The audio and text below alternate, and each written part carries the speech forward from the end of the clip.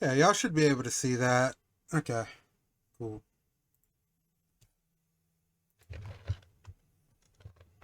Oh, wait, can you? Even better, titles alone are like mystery box. Okay, cool. We could have ChatGPT read it to us.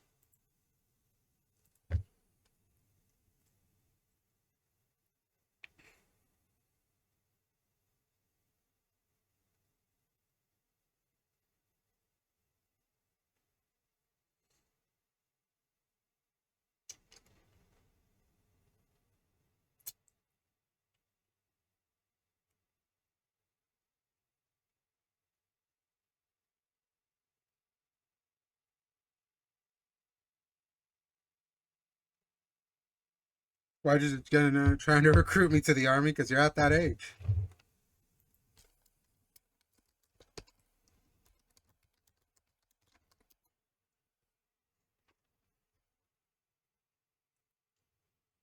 All right, our ads donezo is the real question. No, it's still got a minute left.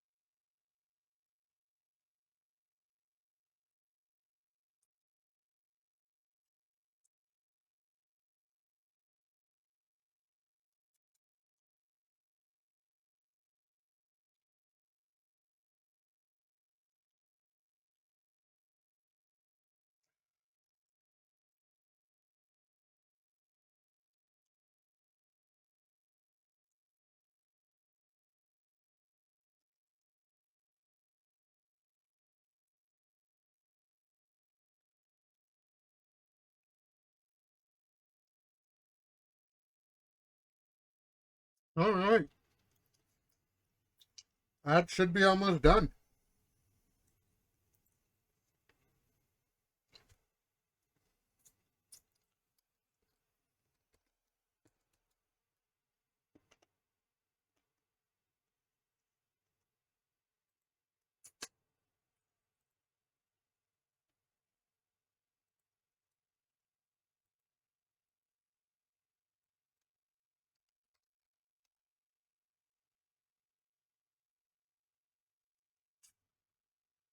Where did we talk about the Isekai stuff? Welcome back, by the way.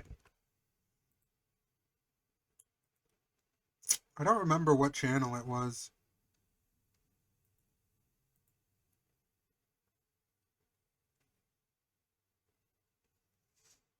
Oh, okay, I found it.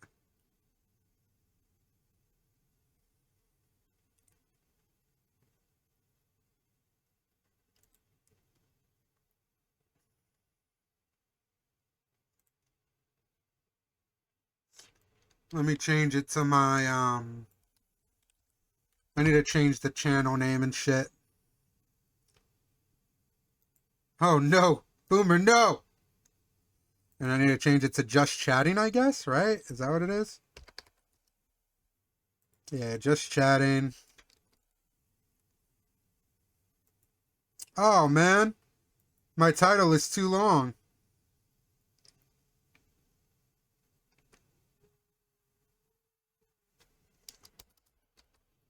Whatever, close enough.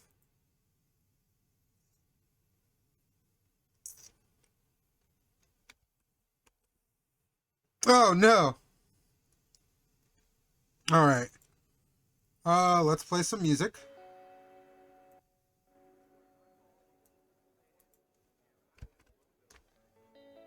Can you guys hear that comfortably without it being too loud?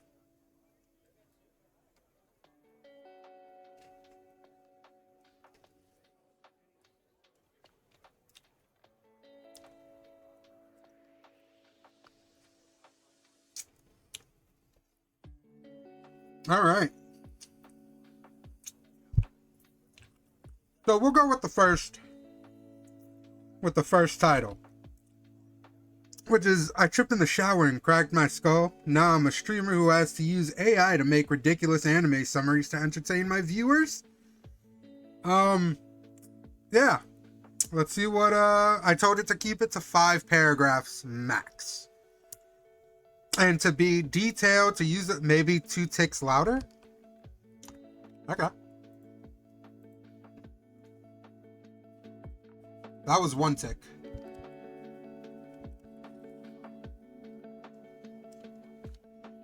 Oh, hold up. What am I holding up for?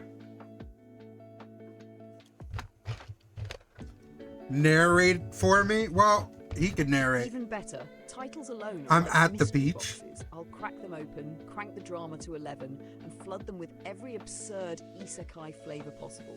If I you think I have throw to turn in it extra down. must-include elements, I'll make sure they're front and center. Ready when you are. Why does... Title, Of course Summon you are. Season 1, straight from the multiverse. I feel like the music was overpowering the voice, though. I need it to be background sound.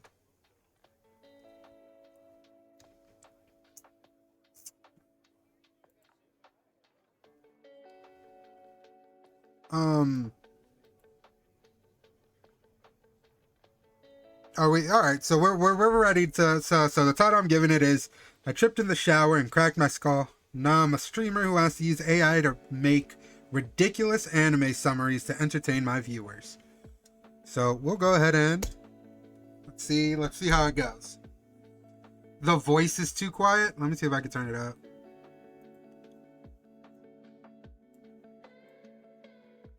It might also turn up the music, but that's okay. All right, nobody read. All right. Title, I tripped in the shower and cracked my skull. Now I'm a streamer who has to use AI to make ridiculous anime summaries to entertain my viewers. Season 1 summary. After slipping on a shampoo bottle and cracking his head open, 26-year-old part-time retail worker and full-time NEET, Kazuki Amano awakens in a sterile white void where an exhausted minor deity named Algorithmia informs him that he died in the stupidest way possible, but thanks to a bureaucratic glitch in the cosmic reincarnation system, he's been selected for a second chance. Instead of going to a traditional fantasy world, Kazuki is isekai'd into a digital limbo realm called Streamscape, where all reincarnated souls must entertain the gods of content by live streaming original anime plots using the help of an ancient, all-powerful AI companion named Plot.exe. Kazuki's mission? Survive weekly content calls by creating anime summaries so over-the-top, trope-filled and clickbait-worthy that divine viewers keep him alive through virtual subscriptions. He quickly becomes a fan favourite after uploading "My harem is made of sentient kitchen appliances and I'm their master chef," and reincarnated as a lint roller in the Demon King's bedroom. But the stakes rise when he discovers the losing streamers are erased, not just from the Streamscape, but from every universe, with a makeshift team that includes a tsundere VTuber ghost, a sarcastic The voice is fantasy super raccoon quiet. who manages his monetization strategy, and Plot.exe, who has a god complex and a broken sarcasm filter. Kazuki must navigate sabotage, algorithm changes, and a rival streamer who's secretly an evil AI from a cancelled gacha game. His content becomes increasingly insane, culminating in a triple-length season finale where he streams "I became a magical girl to defeat myself from an alternate timeline and save anime itself," and gains the legendary subscriber sword, like, comment, and destroy. Season 1 ends on a cliffhanger as Kazuki's view count breaks the celestial limit, triggering the appearance of the true final boss, the original author of all Isekai light novels, sealed in a cosmic spoiler folder. With his skull still cracked and his soul running on ad revenue, Kazuki prepares for the biggest stream of his afterlife, the ultimate season recap battle royale. Next episode teaser. Wait, did I just unlock a plot twist by dabbing on stream? All right. So that was something. Also, welcome, Bells. It definitely animate up the idea. What do you guys want to tell ChatGPT about? Did he do a good job? What should we tell him? Did we appreciate what he did?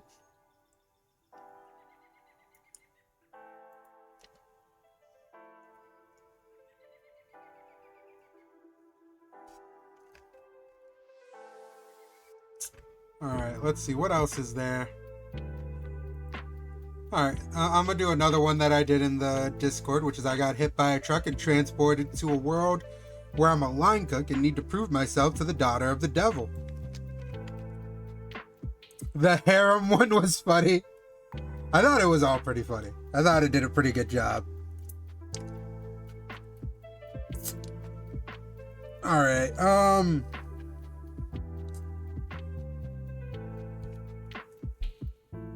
let's see. What do we what do we do here? I mean, we need to rank it, right? Like, what do you guys think the ranking truck con? What do we think the ranking out of 5? You should do one based on Boomer's life peeing on the homeless.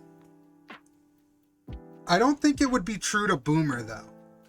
I would have to give ChatGPT a whole rundown of Boomer's personality. Otherwise, it's just going to be random gibberish. Honestly, I think it was all right. I think he did a 2 out of 5 there. You know, the ChatGPT. New title. I mean, do it. Do what? I'm not gonna put a whole fucking descriptor of fucking Boomer. That's gonna take too long. Maybe next time. But I'll go with this one. I mean, do it. Yeah, no. No, that'd take too long. Ask GPT to rate it. Oh, that's interesting. Out of 5, what would you rate this Isekai anime? That's genius, Bells.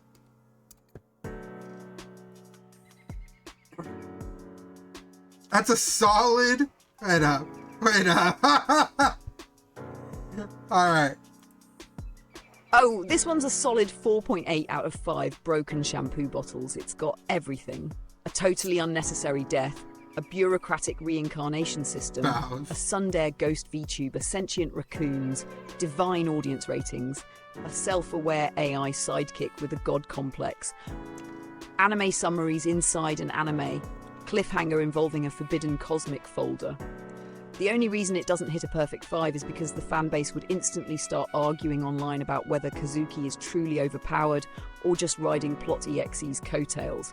Plus, Season 2's budget would probably spiral out of control due to the sheer number of absurd concepts needing full animation.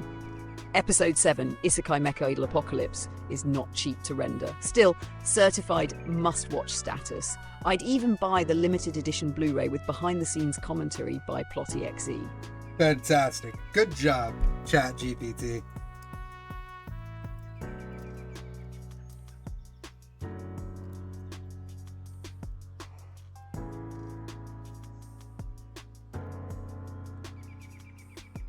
Alright, so good job, ChatGPT. Now let's restart with a new Isekai title. And what do you... Heck yeah, resetting brain cells for max chaos. What's the next Isekai title you've got for me? Let's fire up another anime fever dream. Alright, well, we'll go to I got hit by a truck and transported to a world where I'm a line cook and need to prove myself to the daughter of the devil.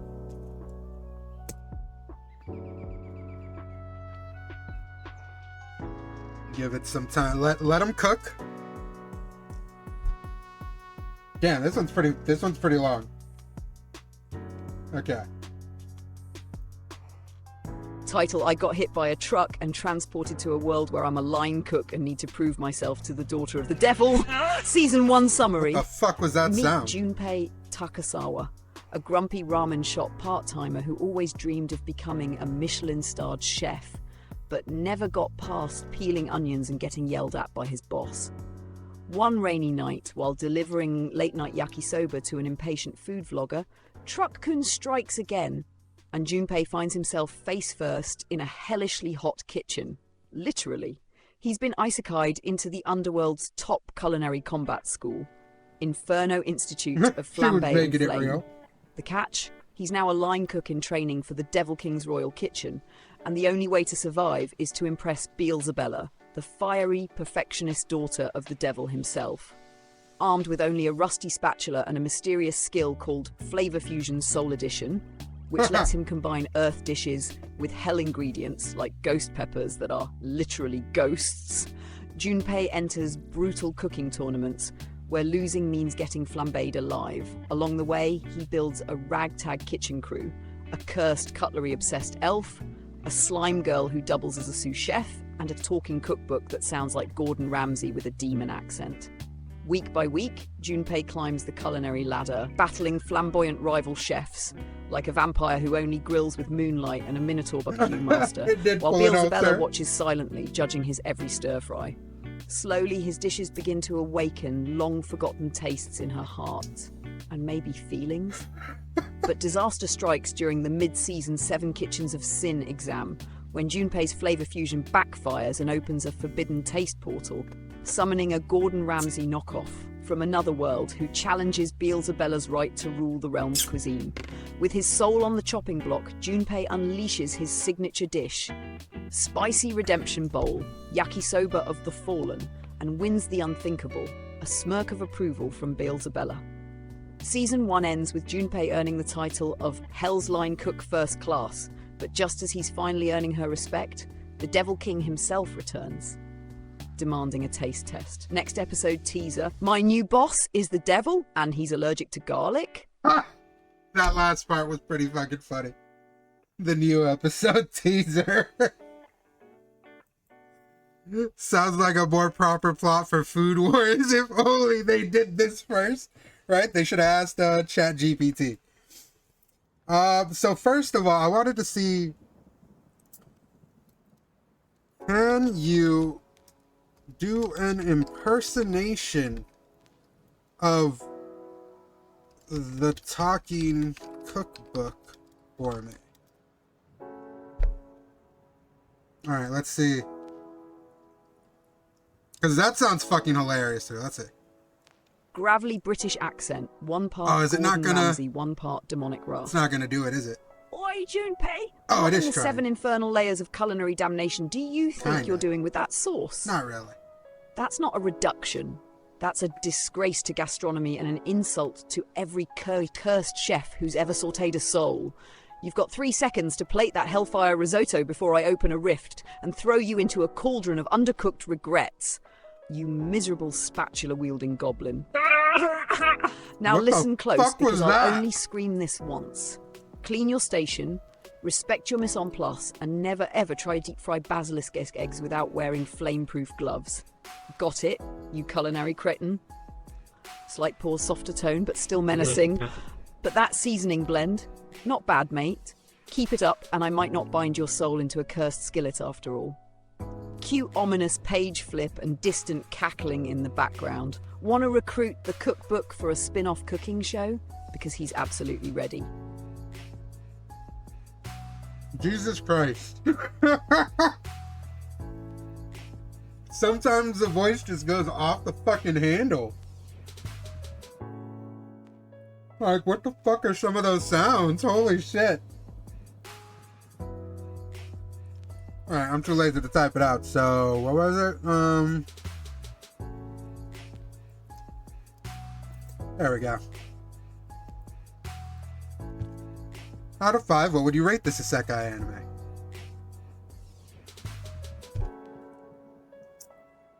It's best to not ask about that sound. Let it keep jump scaring us. I hate it. This one's a 5 out of 5 flaming frying pans. Oh shit, a 5 out of 5. Here's why. Classic Isekai entry, death by truck-kun? Check. Absurd premise, Hell's Top Kitchen? Check. Over-the-top power system, Flavor Fusion Soul Edition is peak nonsense. High-stakes cooking battles, Iron Chef but with literal fire daemons and soul seasoning. Strong tsundere energy, Beelzebella could carry a whole fanbase by herself. Incredible side characters, a cursed elf, a slime sous chef, and a screaming Gordon Ramsay grimoire. Instant fan favourite squad. It's got action, romance, comedy, food that probably eats you back, and enough demonic sass to warrant 3 spin-offs and a mobile gacha game. The fandom would be chaotic, the memes endless, and the cookbook would trend on demon Twitter weekly. This one would cook on streaming platforms. Literally. All right, so this one's gonna be Boomer. He suggested this one. Okay. Let's reset again with a new title. But this time, the main character's name is Boom R. Let's go. Okay. Let's go resetting the multiverse servers for maximum ridiculousness. Drop that new title starring the legendary Boomer, and I'll fire up Season 1 like it's the final episode cliffhanger. Alright. I was a deadbeat alcoholic loser with no friends and a cirrhosis liver. Is that spelled correctly? Is that how it's spelled? I'm gonna leave it how it is. But I awoke as the prophesized vessel of the king of the godly realms, along with a harem of various fantasy creatures and OP combat abilities. Gotta do the exclamation point question mark. Alright, this should be great. This should be fantastic. This one's for Boomer. Okay. Title: I was a deadbeat alcoholic loser with no friends and a cirrhosis liver, but I awoke as the prophesied vessel of the king of the godly realms, along with a harem of various fantasy creatures and OP combat abilities. Season 1 summary. Boomer, yes, with a capital R, was the kind of washed-up guy who yelled at pigeons, drank expired beer for breakfast, and talked to his reflection like it owed him money. But after finally keeling over in a dive bar bathroom from liver failure mid-sentence, telling a raccoon he had one more good year left in him, Boomer awakens in a glowing celestial tavern where a radiant being named Uberdeus, the king of the godly realms, tells him, "You're my perfect vessel because you're empty inside." Jesus! Reborn in the realm of Divinaria Phantasmagoria, Boomer finds himself 30 years younger, jacked like a JRPG protagonist, and equipped with the god-tier ability Divine Enabler EX Plus passive, which lets him absorb and master any skill used near him while dramatically sipping from his golden mug of ambrosia light. He also inherits Uberdeus' combat power, God Hand Barfight Apocalypse, allowing him to turn bar stools into holy relics and beer foam into explosive holy sigils. Immediately upon arrival, he accidentally wins the allegiance of a reluctant harem made up of the following: a dragon girl who thinks he's her reincarnated drinking buddy, a battle-made werewolf with anger issues and a tragic omelette backstory, a depressed elf accountant with a magic ledger that only tracks party debt, and a mute slime girl who communicates through interpretive dance and beatboxing. Together, they stumble their way through demon raids, political intrigue in the Heavenly Senate, and tavern brawls that literally reshape the continents. Despite his chaotic, beer-soaked methods, Boomer gains fame as a messianic hero, mostly by accident, like when he sneezes and invents a new martial art called Drunken Divine Fist of Eternal Regret. Season 1 peaks when Boomer confronts the 7 archangels of sobriety who believe he's unworthy of his power. After an emotionally charged and very slurred speech about found family, self-worth, and the healing power of hangovers, he defeats them in a celestial drinking contest judged by fate herself. The season ends with a teaser. Boomer staring into the cosmic abyss, whispering, "I think I just leveled up from a midlife crisis." Next episode teaser: my liver is immortal now, but my feelings still hurt. Honestly, that one's 10 out of fucking 10. That was beautiful. That shit was top tier. I can ask ChatGPT to make an image, and I think I'm gonna make it do an image of Boomer staring into the cosmic abyss. But how you doing, Slovit?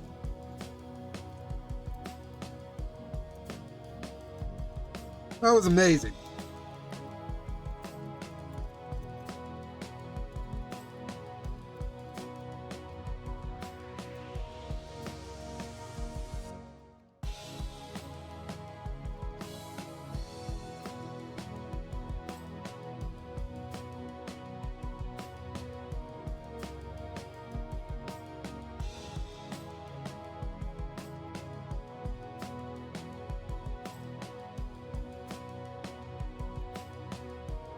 All right, it's doing it. This is top tier right now.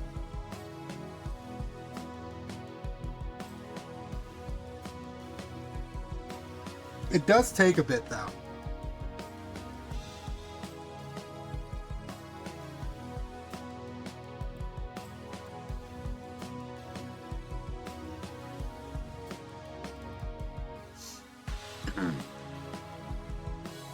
But how's everyone doing tonight? These wings, even though they're kind of mid, they still slap. They're pretty good.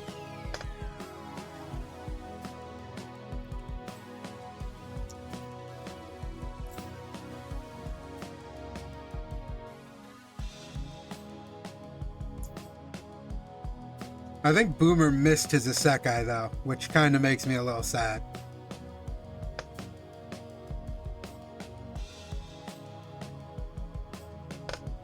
Damn, how long is this gonna take?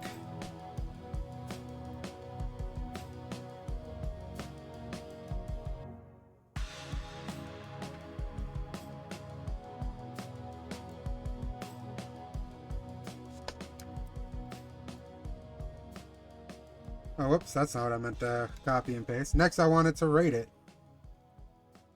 Wonder if I could make it rate while it renders. Oh my god. We got Boomer. I'm saving that. Absolute beautifulness. Alright. Now let's see. Oh my god, 5 out of 5. ChatGPT thinks it doesn't miss. This one's a 5 out of 5 glorious hangover halos. Here's why this divine disaster deserves the top spot. Peak redemption arc, a deadbeat alcoholic becoming the prophesied god vessel. That's chef's kiss. Isekai storytelling, ridiculous power scaling. God Hand, Barfight Apocalypse, and Divine Enabler EX++ sound like rejected Final Fantasy summons, and that's exactly the energy we want. Insanely varied harem, a dragon drinking buddy, a werewolf battle maid, a tax-stressed elf, and a slime DJ. The merch rights alone would fund 3 spin-offs. Drunken combat scenes, Boomer dodging celestial blades while mid-shot, Emmy-worthy animation. Cosmic humor, sad boy feels, balances chaotic comedy with moments of weirdly profound emotional depth.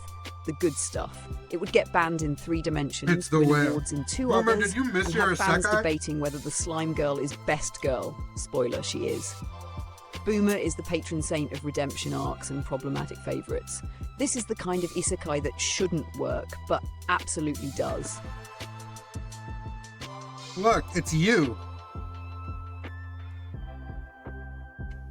Staring into the abyss, saying, I think I just leveled up from a midlife crisis.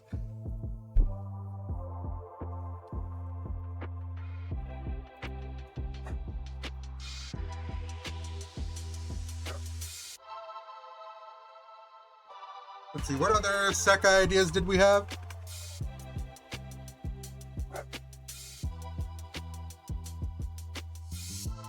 What I missed was on the phone with the skirt. She's in Virginia with her aunt. I made the Isekai you recommended. I was a deadbeat alcoholic loser with no friends and a cirrhosis liver, but I awoke as the prophesied vessel of the king of the godly realms, along with a harem of various fantasy creatures and OP combat abilities. Yeah. I'll play it for you again. Fuck it.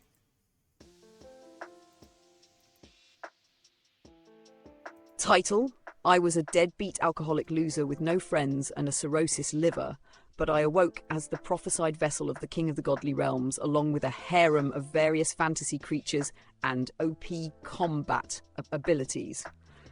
Season 1 summary. Boomer, yes, with a capital R, was the kind of washed-up guy who yelled at pigeons, drank expired beer for breakfast, and talked to his reflection like it owed him money. But after finally keeling over in a dive bar bathroom from liver failure mid-sentence, telling a raccoon he had one more good year left in him, Boomer awakens in a glowing celestial tavern where a radiant being named Uberdeus, the king of the godly realms, tells him, "You're my perfect vessel because you're empty inside." Reborn in the realm of Divinaria Phantasmagoria, Boomer finds himself 30 years younger, jacked like a JRPG protagonist, and equipped with the god-tier ability Divine Enabler EX Plus passive, which lets him absorb and master any skill used near him while dramatically sipping from his golden mug of ambrosia light. He also inherits Uberdeus's combat power, God Hand Bar Fight Apocalypse, allowing him to turn bar stools into holy relics and beer foam into explosive holy sigils. I got you, Cloud. Immediately upon arrival, he accidentally wins the allegiance of a reluctant harem made up of the following: a dragon girl who thinks he's her reincarnated drinking buddy, a battle-made werewolf with anger issues and a tragic omelette backstory, a depressed elf accountant with a magic ledger that only tracks party debt, and a mute slime girl who communicates through interpretive dance and beatboxing. Together, they stumble their way through demon raids, political intrigue in the Heavenly Senate, and tavern brawls that literally reshape the continents. Despite his chaotic, beer-soaked methods, Boomer gains fame as a messianic hero, mostly by accident, like when he sneezes and invents a new martial art called Drunken Divine Fist of Eternal Regret. Season 1 peaks when Boomer confronts the 7 archangels of sobriety who believe he's unworthy of his power. After an emotionally charged and very slurred speech about found family, self-worth, and the healing power of hangovers, he defeats them in a celestial drinking contest judged by fate herself. The season ends with a teaser. Boomer staring into the cosmic abyss, whispering, "I think I just leveled up from a midlife crisis." Next episode teaser: my liver is immortal now, but my feelings still hurt. I thought that was great. Am I not able to continue? Oh yeah, and this was the review that ChatGPT itself gave it. This one's a 5 out of 5 glorious hangover halos. Here's why this divine disaster deserves the top spot. Peak redemption arc, a deadbeat alcoholic becoming the prophesied god vessel. That's chef's kiss. Isekai storytelling, ridiculous power scaling. God Hand Bar Fight Apocalypse and Divine Enabler EX++ sound like rejected Final Fantasy summons, and that's exactly the energy we want. Insanely varied harem, a dragon drinking buddy, a werewolf battle maid, a tax-stressed elf, and a slime DJ. The merch rights alone would fund 3 spin-offs. Drunken combat scenes, Boomer dodging celestial blades while mid-shot, Emmy-worthy animation. Cosmic humor, sad boy feels, balances chaotic comedy with moments of weirdly profound emotional depth. The good stuff. It would get banned in 3 dimensions, win awards in 2 others, and have fans debating whether the slime girl is best girl. Spoiler, she is. Boomer is the patron saint of redemption arcs and problematic favourites. This is the kind of isekai that shouldn't work, but absolutely does. Can I have a copy of the text? Yeah, I got you. I'm glad you liked it so much.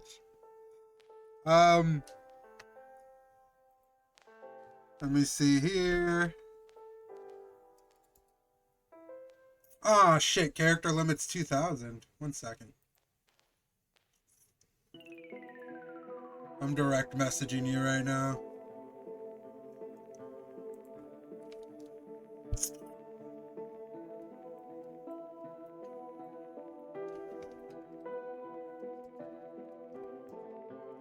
There you go.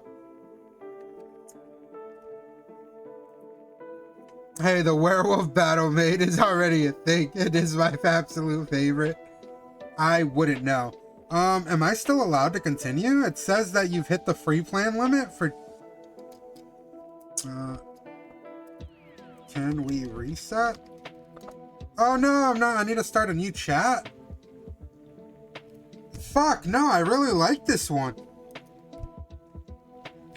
I already got him set up on how I want him to fucking reply.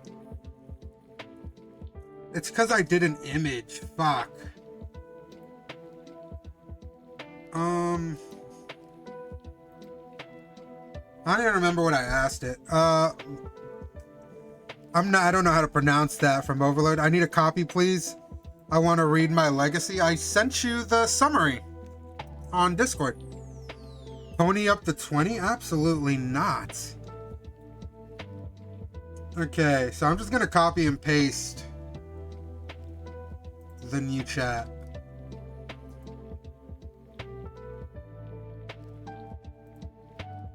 It's literally going to reply the same way it did before.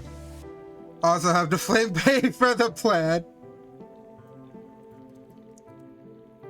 We're just going to restart it. Wait, what? Oh, okay.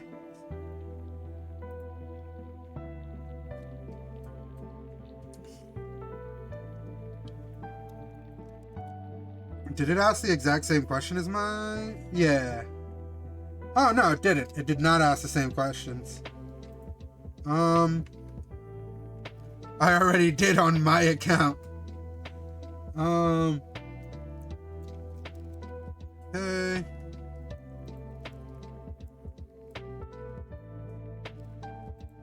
And then while it does that...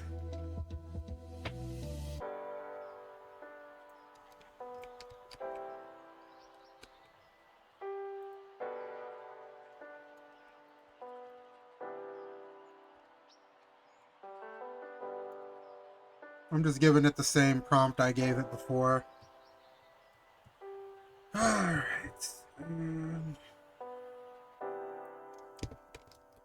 Now, I believe Cloudy said she wanted an Isekai. Does anyone have an idea?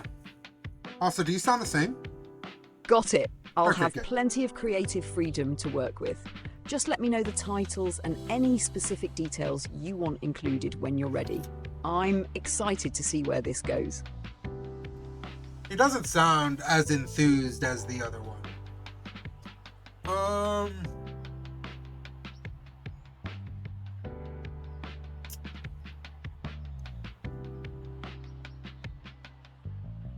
Did I come up with any other one? I feel like I did.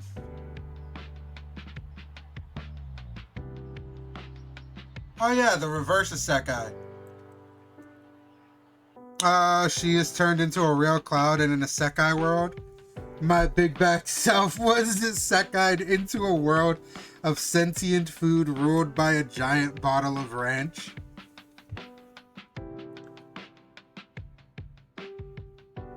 Alright, first let me let it know.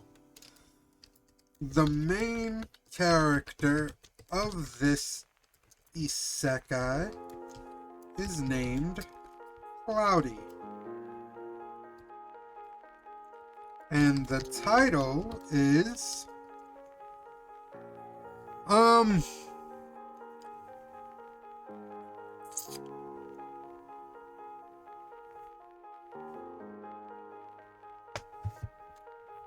Let's see.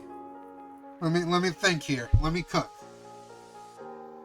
I want to be turned into something cool, like a war general. That's not for me to decide, honestly.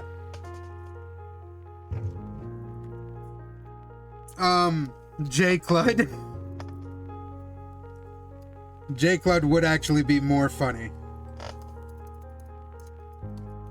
J. Clud.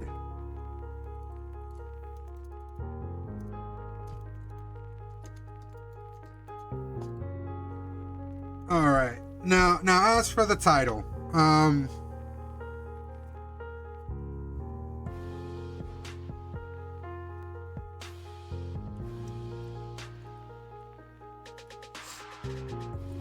Juclud. Okay, then so it should be. Oh wait up. Pronounced J. Clud. How about that? Maybe that'll work. Alright, the main character and is female.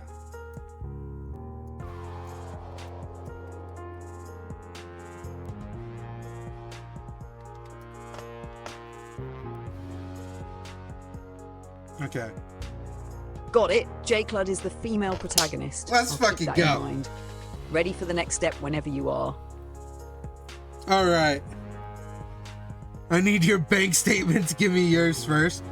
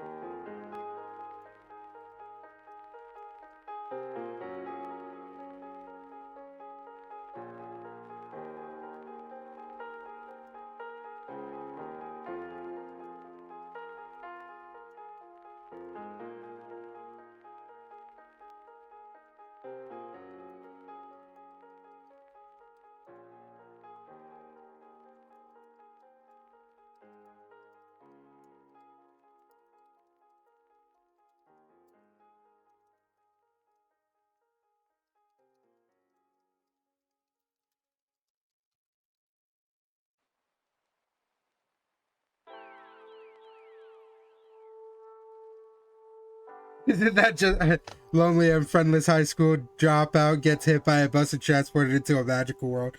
Okay, so I cooked a little. You know, one shitty female friend made all my other friends scared, so now I have no friends, and on the way home I was hit by truck cunt and transported to another world where mushrooms rule the land, and the shitty friend is trying to take over the world and I have to kill her, possibly enemies to lovers. I think we cooked here. I think we're good. I think this is the one. I love it. It's just like real life. Boom is a liar. We all know how hard he wailed when Lump first came out. Oh, you cooked. Beautiful. Let's fucking go.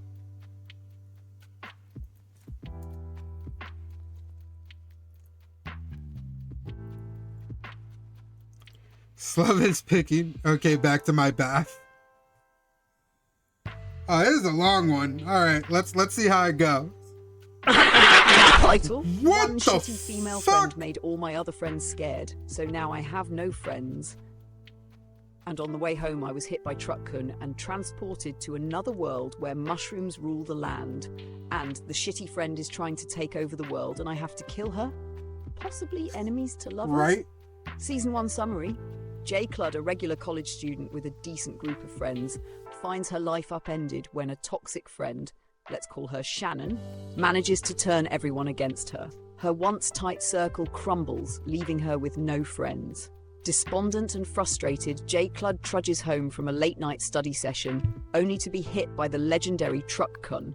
Just as she's about to meet her Fucking end, she's Shannon. transported to a new world, one where mushrooms of all sizes and varieties dominate the ecosystem. Huge mushroom trees tower over villages, and mushroom-based creatures are the dominant species. J. Cludd wakes up in a mushroom kingdom, bewildered but somehow unharmed. However, the plot thickens when J. Cludd learns that her toxic friend Shannon somehow made it to this mushroom world too, but with far more sinister ambitions. That shit Shannon scared is the now fuck the out of me. leader of a growing cult of evil mushroom overlords, bent on controlling the entire mushroom kingdom and beyond. Armed with magical spores and a dangerously charismatic personality, Shannon seeks to conquer the world by turning its inhabitants into mind-controlled mushroom soldiers. J. Cludd, feeling betrayed and enraged, takes on the quest to stop Shannon, knowing that she must face her head-on, because if she doesn't, this mushroom apocalypse could spread to other worlds, including Earth. In the first season, J. Cludd tries to gain allies in this strange land, but everyone is wary of her because of her appearance, a human in a world full of sentient fungi. Luckily, she's befriended by an eccentric group of mushroom folk, an overzealous mushroom warrior named Spora, a wise but grumpy elder mushroom named Mycora, and cheeky fungus-like spirit called Fungi, who has the ability to talk. Together, Oh, they shit. begin Fungi training made J. an Cludd in the appearance. ways of mushroom magic, which includes bizarre abilities like spore manipulation and mycelium mind control. As J. Cludd grows stronger, she uncovers the true nature of Shannon's power and just how far her evil plans have spread.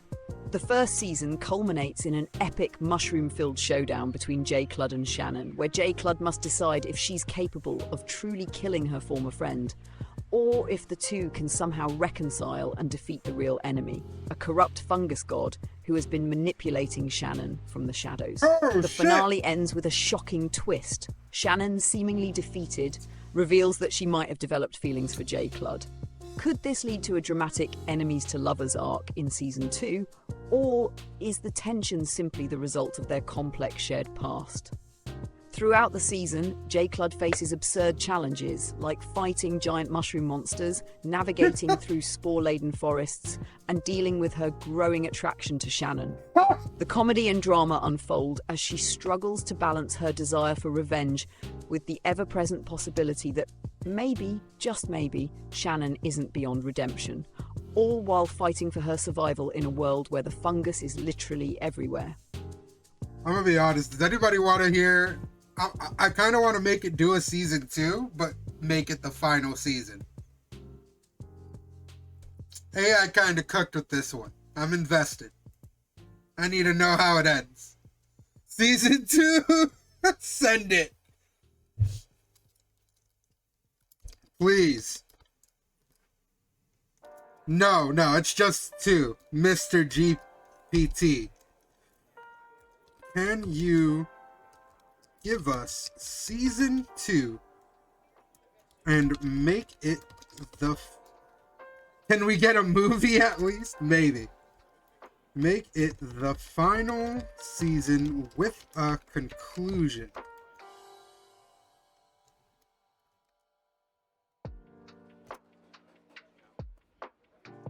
Alright, let's fucking go. This shit's about to slap. I want to kill Shannon at the end, though. I don't know if you will. It might be enemies to lovers. Title: One shitty female friend made all my other friends scared, so now I have no friends. And on the way home I was hit by Truck-kun and transported to another world where mushrooms rule the land and the shitty friend is trying to take over the world and I have to kill her. Possibly enemies to lovers. Season 2 final season summary. Season 2 picks up immediately after the cliffhanger of Season 1, where J. Cludd is left in turmoil, questioning whether she can go through with killing Shannon. While J. Cludd's friends from the Mushroom Kingdom, Spora, Mycora, and Fungi, work tirelessly to prepare for the final battle against Shannon and the corrupted fungus god, J. Cludd's internal conflict grows. The attraction between her and Shannon, coupled with the unresolved tensions of their past friendship, makes it harder for J. Cludd to see Shannon as the villain. Could Shannon truly be beyond saving? Or is she just the puppet of a greater, more insidious power? The Mushroom Kingdom is in chaos. Shannon, after barely escaping J. Cludd's final attack in the previous season, has now been fully consumed by the fungus god's influence. Oh, shit. She has become a nearly invincible, mushroom-based powerhouse. Her mind, twisted and corrupted, sees J. Cludd as the ultimate obstacle to her dominance. With a new army of mushroom-controlled warriors at her command, Shannon begins her full-scale assault on the kingdom, determined to take over not just the land of mushrooms, but all worlds, including Earth. In this final season, J. Cludd embarks on a perilous journey across the kingdom, seeking the mythical Mycelium Heart, a powerful artifact capable of purging Shannon's corruption. Along the way, she is tested both mentally and physically.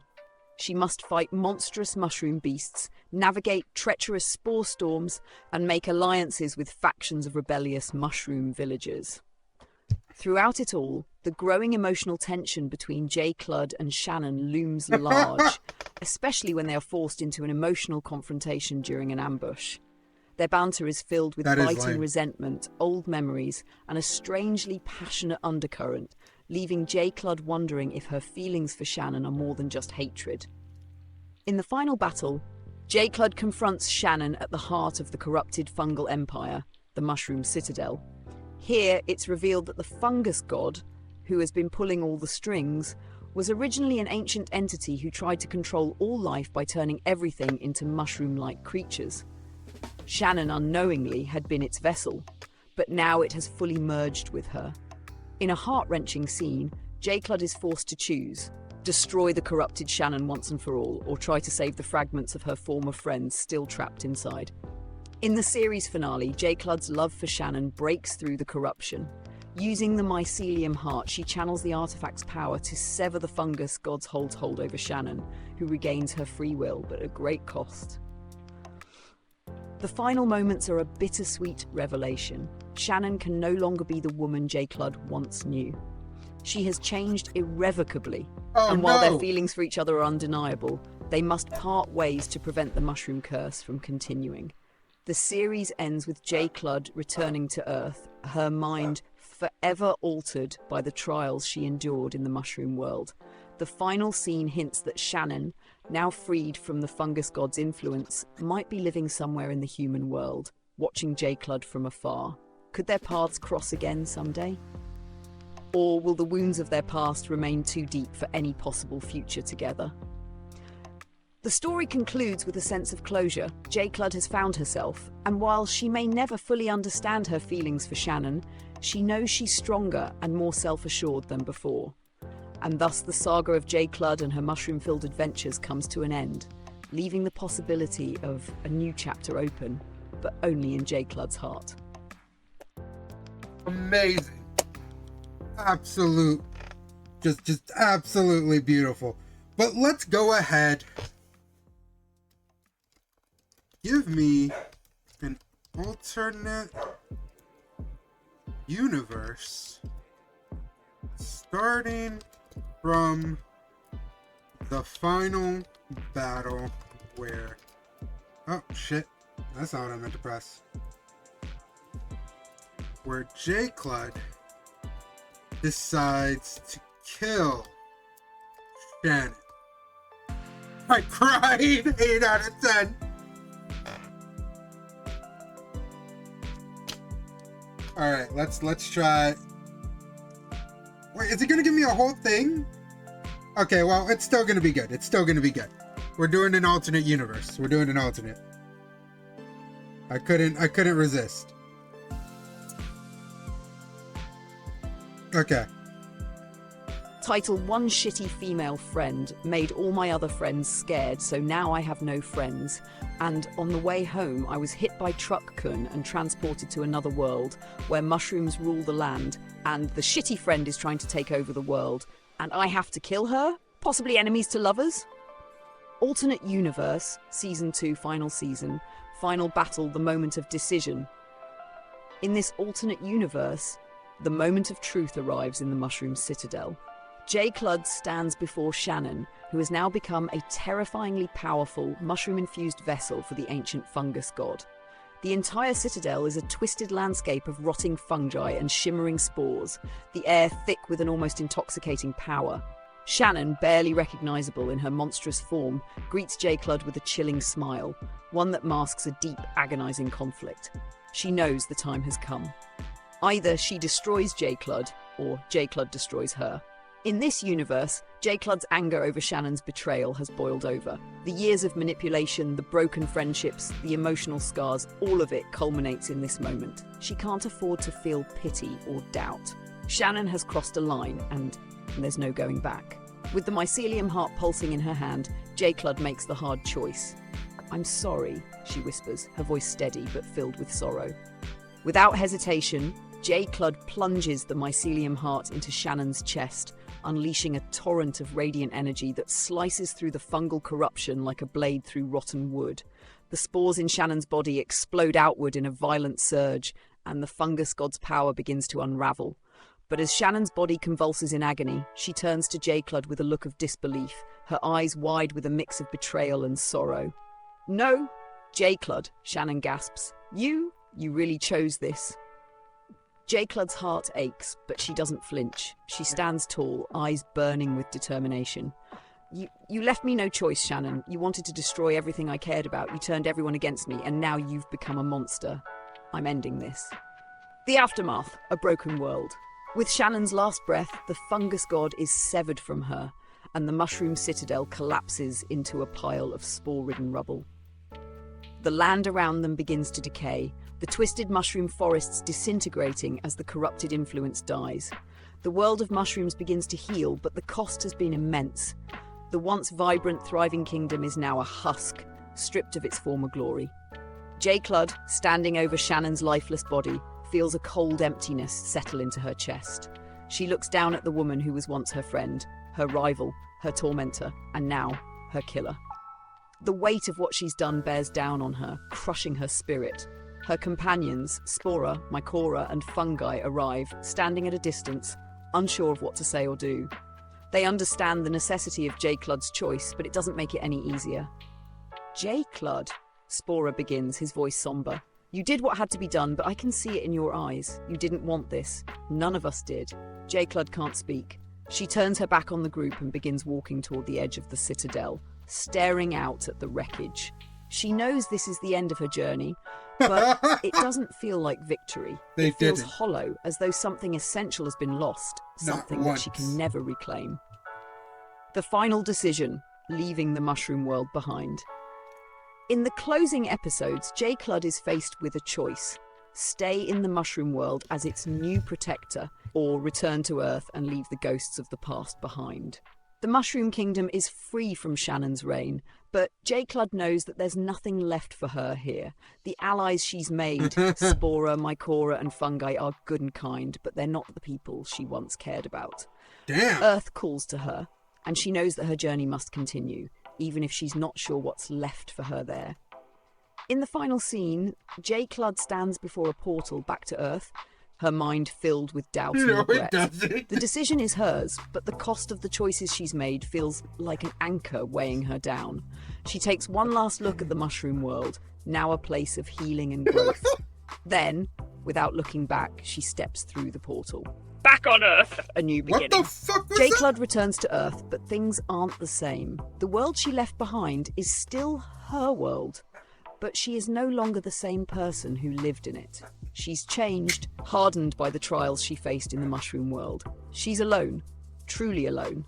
Her friends are gone, and Shannon is gone, never to return. But J. Cludd knows that she can never forget what happened, nor can she escape the weight of her actions. The season ends with J. Cludd walking through the streets of her hometown, the familiar surroundings strangely distant. She may have saved the mushroom world, but at what cost? Her heart is heavy, the loss of Shannon, both as a friend and as an enemy, lingering with her. But in the distance, a lone figure watches her from afar, and as the credits roll, a faint, barely discernible flicker of hope glimmers in J. Cludd's heart. Could it be that, even in the shadow of her greatest regret, there's a chance for redemption? Or is this the final, unyielding end to the story? The screen fades to black, leaving the future uncertain, just like J. Cludd's journey ahead. That one was a little grim. Ads are starting in 40 seconds, so I'm gonna let the timer run out. I might run a movie about this one where she gets summoned back to the mushroom world. Maybe. We'll see when the ads end. I'll be right back.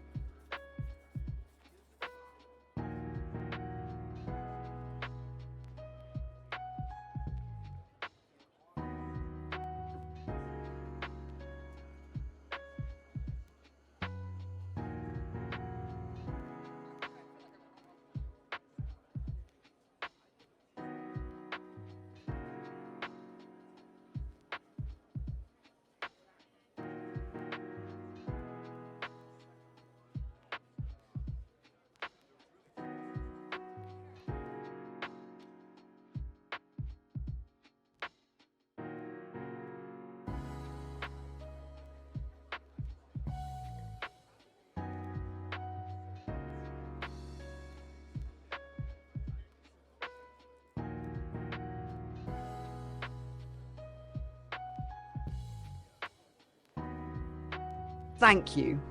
Based on pure isekai chaos, emotional whiplash, and trope overload brilliance, here's how I'd rate it. 1 shitty female friend, rating 4.9 for mushrooms. Here's the breakdown. Plot originality. A toxic friendship turned world domination? Sentient mushrooms? Truck-kun doing truck-kun things, absolute peak isekai nonsense. Use of tropes. Enemies to lovers? Check. OP protagonist with mysterious powers? Check. Comedic mushroom sidekick? Check. The dramatic I have to kill my best friend to save the world arc? Check. Emotional weight? I was muted. Season 2 hurt, especially the alternate timeline. That finale had no right to go that hard. The only reason it's not a perfect 5 is because viewers may still be sobbing in the fetal position, wondering if Shannon's ghost watches J. Clud sleep at night. Yo, Animation that fits quality. the stalker part. Bonus points for the fluid mushroom-based transformation sequences and the emotional face close-ups dripping with glowing spores.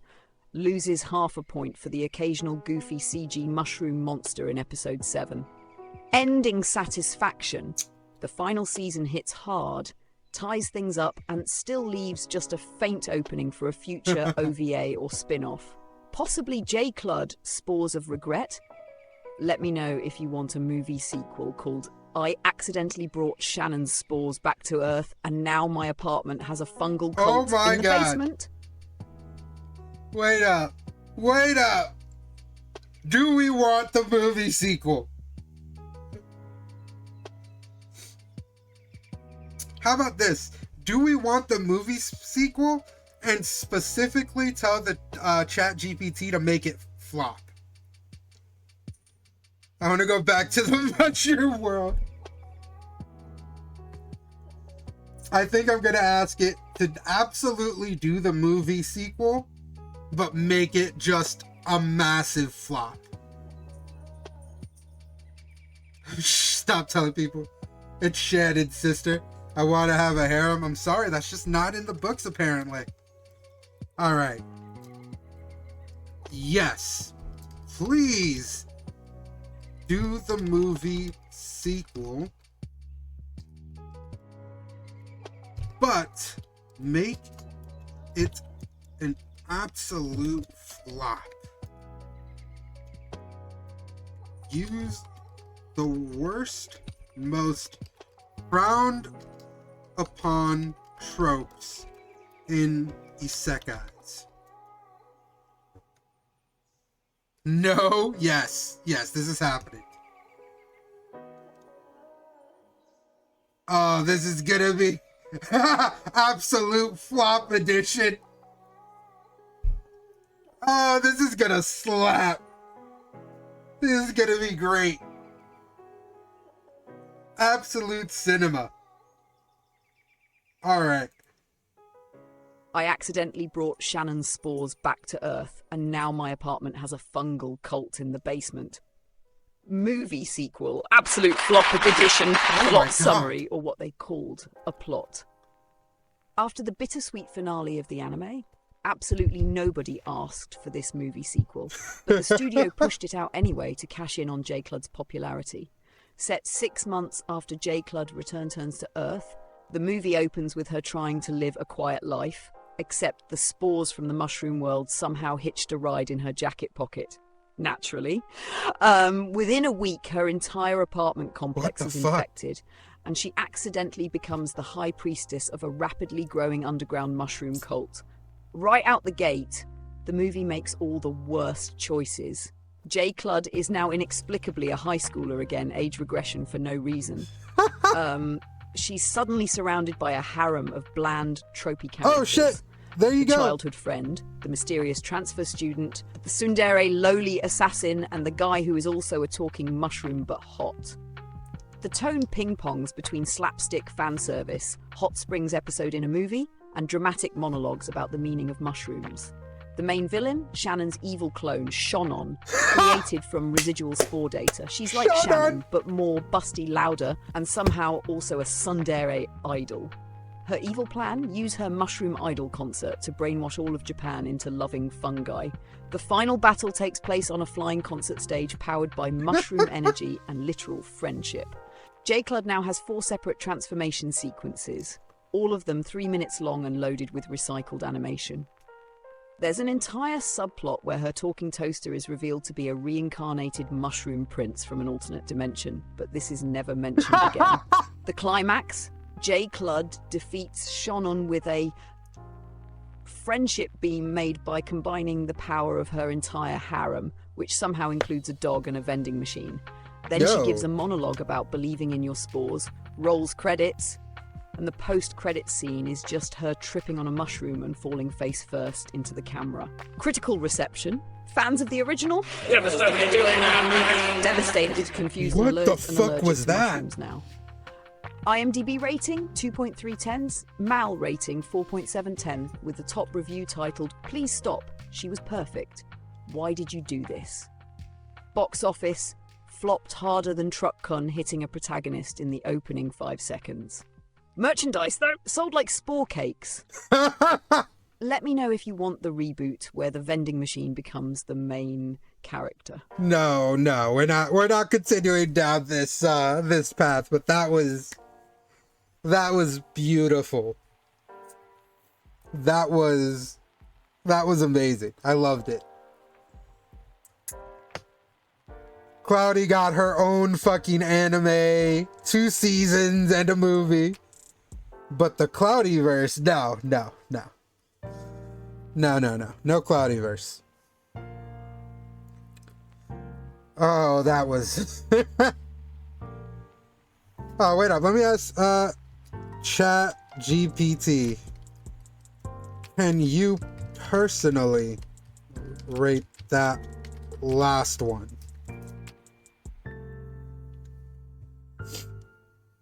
Brain damage out of 5. Oh my god. It's fantastic. Cloudyverse. My personal rating for I accidentally brought Shannon's spores back to Earth and now my apartment has a fungal cult in the basement. Brain damage 5. But if I must score it seriously, 1.2 to 5 mushrooms that are definitely not FDA approved. Here's why this unholy spore fest gets its tragically earned low score. Plot. It had the structure of a plot like a mushroom has the structure of a tax return.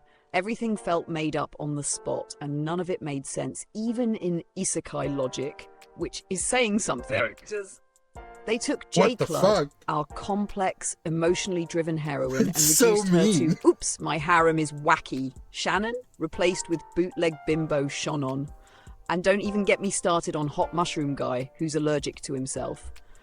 Tropes, but in the worst way. It's like someone typed worst isekai tropes into a search engine and just copy-pasted the whole list into the script. Time loops, fan service bath scene with mushrooms, talking appliances, pointless tournament arc that gets resolved off-screen? You bet. Animation? What? Oh my god. Occasional moments of beauty, but 90% of the budget clearly went to animating Shonon's boob physics during her fungus-themed idol concert. Everything else looked like it was done by a sleep-deprived intern using MS Paint. The main battle theme was just royalty-free elevator music overlaid with mushroom-squelching noises. Final thoughts. This movie is the kind of thing that gets accidentally left playing in the background at a family gathering and causes permanent emotional scarring. It's cursed, it's chaotic, and somehow I kind of respect it for being so boldly, unwatchably awful. God damn. So yeah. Would I recommend it? No. Would I watch it again? Also no. Am I making the Blu-ray collector's edition with limited edition glow-in-the-dark mushroom slime packaging? Yes. That was great. That was fantastic. Alright, on to the next idea. I heard something about Slove It, but the basement thing kind of already happened, so...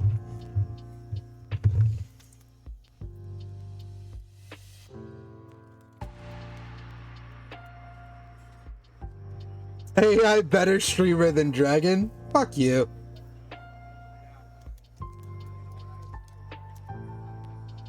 Alright. Let's go!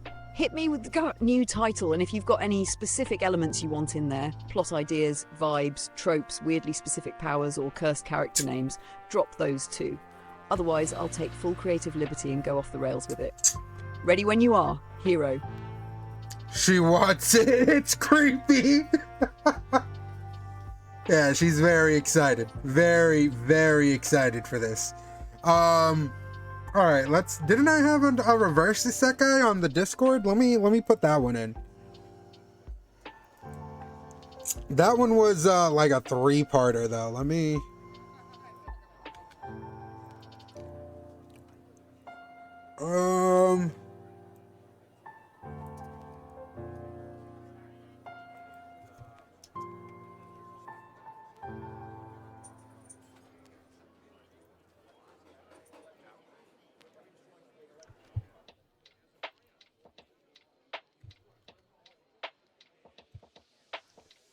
Let's see.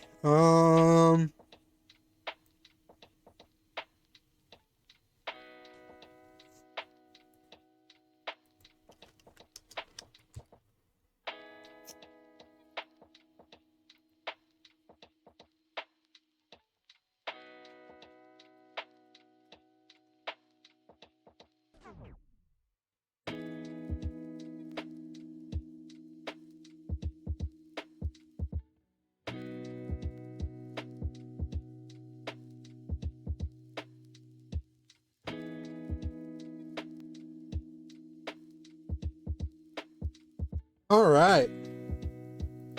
This is a long one. Prompt me, daddy. It's in the air. All right, so there's a bit of a mouthful. Reverse Isekai. I was fighting the Demon Queen as a hero with powers bestowed by God. Now I have to do taxes, have 3 kids, and pay child support.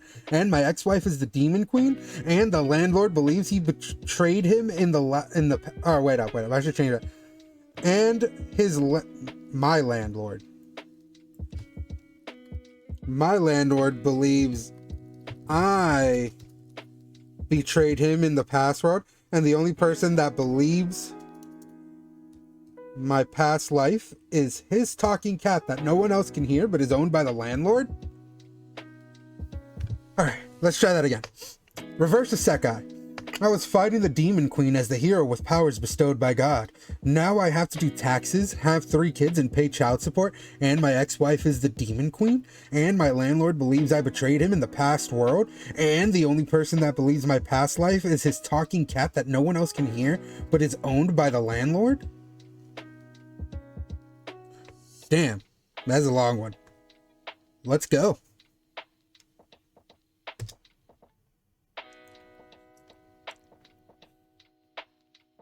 Season 1 summary. The Divine Divorce Diaries. Oh my god. This one's gonna slap. I feel it in my heart of hearts.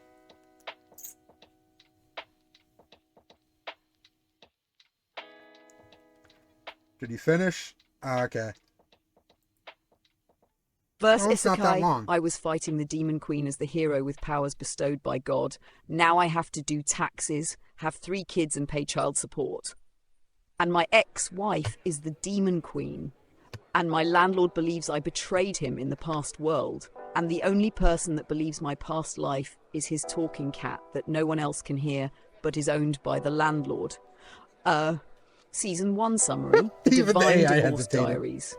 After an epic final battle with the Demon Queen atop the burning Tower of Eternity, the hero, Aurelius Lightbringer, is moments away from delivering the final God-powered sword strike when he accidentally stabs himself in the foot and trips into a transdimensional portal. The portal spits him out into modern-day Earth, stripped of his holy powers, muscles, and dignity. Now reborn as Glenn, a Aurelius. divorced IT guy in his mid-30s, he finds himself stuck with back pain, a Honda Civic, and 3 wildly chaotic kids he shares custody of with none other than the Demon Queen herself, who now goes by Mona. Trying to hold down a job at Sportech Inc. Yes, it's a biotech company that ironically specializes in mushrooms. Glenn's world turns upside down when his landlord, Mr. Borlov, An eccentric man who runs a sandwich shop and dresses like a LARP character 24/7, accuses him of betraying him in a past life as a knight-turned-spy named Sir Greasyblade. The twist? Borlov's emotionally unstable cat, Pudding, speaks telepathically to Glenn and 100% believes him. In fact, Pudding is the reincarnated court wizard from the old world, complete with his old beard and British accent, just trapped in a smug orange tabby body. Each episode follows Glenn as he juggles absurd problems like defeating a giant centipede demon that escaped into a sewer, while not being late for his daughter's school play, arguing in family court with Mona, who now wears yoga pants and teaches Zumba but still conjures fire when angry, avoiding his landlord's revenge fencing duels while also fixing the broken boiler, accidentally using residual holy power to microwave a burrito into a sentient messiah figure. As more characters from the fantasy world start showing up, reincarnated as Uber drivers, soccer coaches, and PTA moms, the lines between worlds blur. Meanwhile, Glenn tries desperately to keep his past secret from his kids, especially since one of them might be the reincarnation of his loyal battle steed. In the season finale, Glenn finally pays his taxes using a spellbook he hid in a filing cabinet, only for the IRS auditor to reveal herself as the reincarnated high priestess of debt, sent to punish him for breaking the divine economy. Also, Mona shows up with a new fiancé, who suspiciously looks like the demon king Glenn thought he defeated years ago. His kid is a horse! Tropes included: reverse Isekai. Ex-wife is the former big boss. Overpowered MC stuck in a dead-end life. Talking animal sidekick, but only he can hear it. Modern life used as comedic hellscape. Child support family court as actual boss fights. Everyone is low-key reincarnated and no one is doing well. Let me know if you want a season 2, a flashback prequel, or a Netflix live-action adaptation with horrible casting. Everyone is low-key reincarnated and no one is doing well. All right, I think we go with the season 2. We're definitely, I need to know more. I need to know how this goes, but I don't think I'm gonna do season 2. That was peak, right? I don't think I'm gonna tell it to end it on season 2. I think we end on season 3. So please, season 2, more details of events that happen. Glenverse. Okay. This shit is fantastic. Editing this is gonna be interesting. Oh, it's still going. It's still going.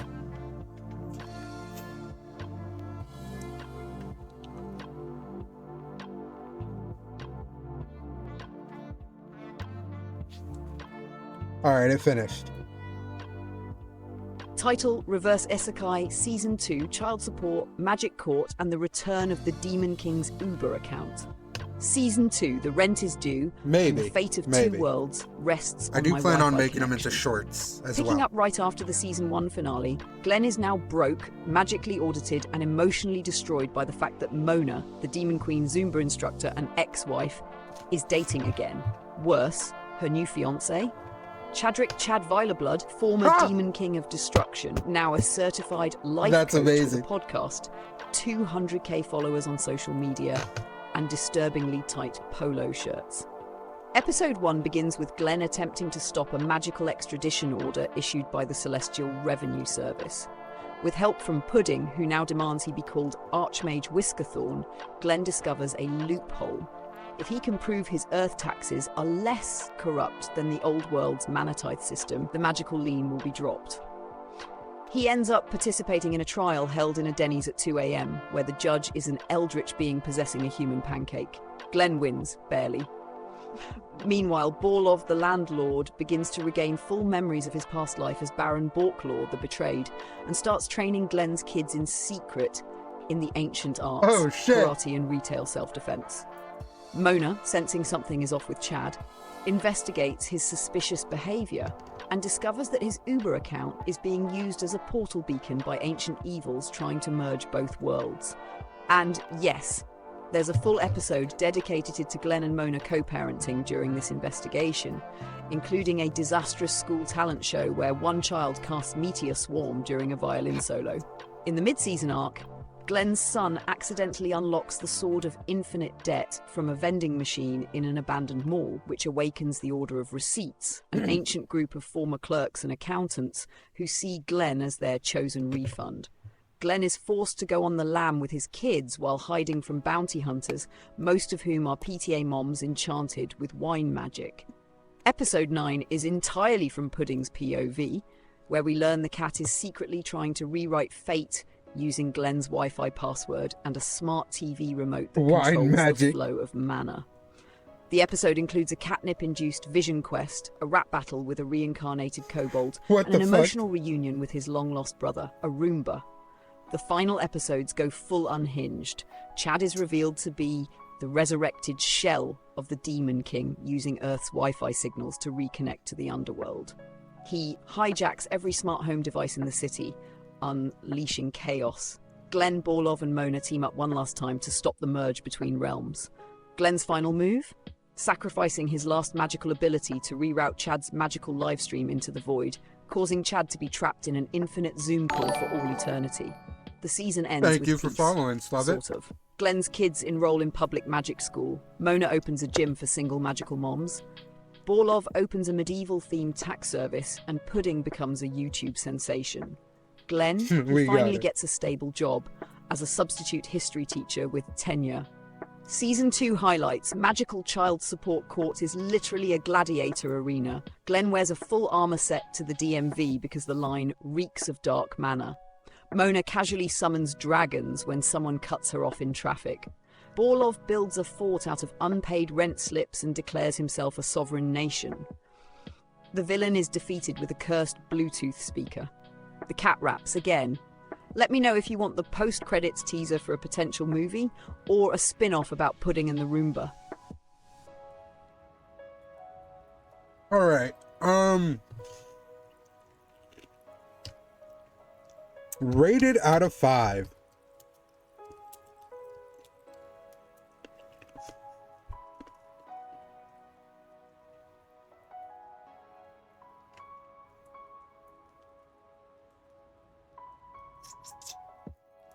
Honestly, this shit's fucking gold. My personal rating for Reverse Isekai Season 2, Child Support, Magic Court, and the Return of the Demon King's Uber account. 4.75 unholy Bluetooth speakers. Here's the breakdown. Plot madness. This season leans hard into the absurd. Magical tax courts in diners, Sword of Infinite Debt in a vending machine, Roomba siblings. Every episode was chaos, but still somehow managed to build on Glenn's arc as a sad, tired, magical dad. It's like Breaking Bad if Walter White fought demons and also had to split weekends with his ex-wife. Character development. Glenn is doing his best, Mona is thriving as a post-divorce queen, and Borlov is spiralling in the most beautiful way. Pudding is transcending. Lost half a point because Chad's polo shirt deserved to be its own villain, but didn't get enough screen time. Use of tropes. Peak Isekai disrespect. Reverse Isekai. Deadbeat god powers. Talking animal sidekick that may be the most competent character. Magic hidden in mundane earth stuff like taxes and vending machines. Bonus points for the gloriously forced romantic tension between Glenn and Mona during a Waffle House brawl. Pacing structure, a little wobbly mid-season when they got distracted by the PTA Wine Witches subplot, but totally worth it for the rap battle in episode 9 and the finale Zoom spell fight. Emotional impact. It somehow made Glenn's exhaustion relatable. The scene where he screams into a cursed crockpot about being a single dad while the microwave glows ominously. Oscar-worthy! Oh my god. Final thoughts. It's messy. It's stupid. It's emotionally raw. It's full of mushroom callbacks, rogue tax spirits, and cursed life coaches. Season 2 absolutely delivers the divine dumpster fire isekai energy we needed. Would rewatch. Would tattoo the Sword of Infinite Debt on my back. Let me know if you want Season 3. I accidentally became the god of public transit. Gotta support him at least a little, you know. I had him log it into law once a week for me for a while so that he would still be in Brawl. Fair, fair. Alright, I'm gonna do season 3 and I'm gonna tell it to make it the, let me peep that bank statement. Alright. Season 3, but make it the finale.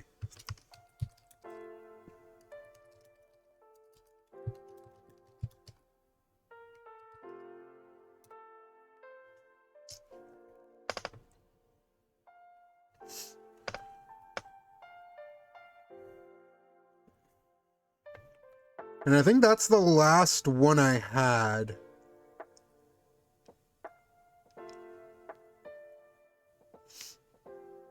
Yeah, that's pretty much the last one I had.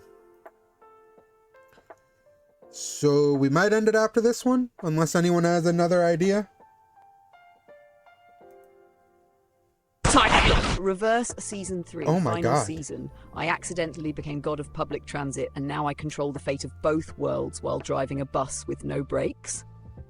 Season 3. Oh, okay, I'll try The that. final transfer. It's been 6 months since Glenn sealed away Chad the Demon King in an infinite Zoom call and finally started living a semi-normal life. But peace is short-lived when Glenn, late to work and low on gas, boards a cursed city bus and awakens latent god powers inside the steering wheel.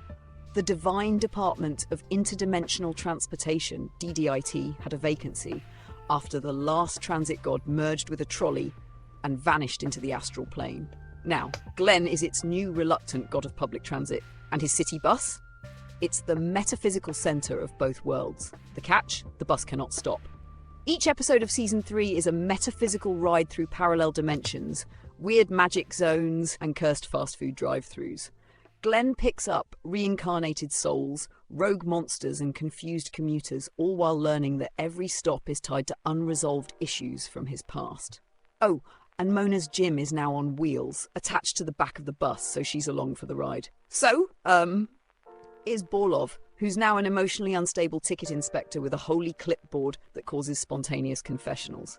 Meanwhile, Pudding, still a cat, now a conductor hat-wearing archmage, discovers a horrifying truth. The borders between realms are eroding fast, and if Glenn doesn't ascend and stabilize the divine transit lines, both Earth and the fantasy world will collapse into one endless roundabout of reincarnation. Even worse, the spirit of Chad begins haunting GPS systems citywide, whispering inspirational What the quotes fuck is to going lure on? Glenn off route and into cosmic disaster. In a mid-season twist, Glenn's youngest daughter reveals she's inherited transfer sight, allowing her to see all possible timelines. She predicts that Glenn must either fully become a god and leave his family behind, or crash the bus into the core of reality itself to reboot the cycle. Cue full-blown existential meltdown in episode 7 at a highway gas station where time loops every 30 seconds and all the hot dogs scream. What the fuck? The final 3 episodes are an epic emotional roller coaster. Glenn faces every version of himself from past lives, including Hero Glenn, Greasy Blade Glenn, and Mall Cop Glenn, fights Chad's AI fragment inside a cursed navigation app, and ultimately drives the bus off the edge of the universe. In one final, absurdly powerful scene, Glenn hurls his god powers into the void, breaking the reincarnation loop and giving everyone, including himself, a shot at peace. The last scene? Glenn back on Earth, now just a school bus driver. No magic, no cat telepathy. But as he pulls up to a stop, Mona waves goodbye to the kids, Borlov serves sandwiches again, and Pudding winks from the window. Just once. The endgame breakdown. Glenn finally heals emotionally, but also legally. Borlov gets knighted by a sentient parking meter. Mona admits she still loves Glenn, but refuses to remarry unless he can summon a working washing machine from another plane. Pudding becomes a myth, possibly a brand. The final boss fight happens inside a DMV powered by eldritch soul cues. Final verdict, an ending full of chaos, catharsis, unhinged transit metaphors, and dad energy. All timelines closed, all character arcs complete. And Glenn? He finally makes it at work on time. Let me know if you want a post-credits teaser for the shameless spin-off I'm series happy about for Glenn's daughter Pudding, becoming 10 a out of 10 subway god. character. Alright, I'm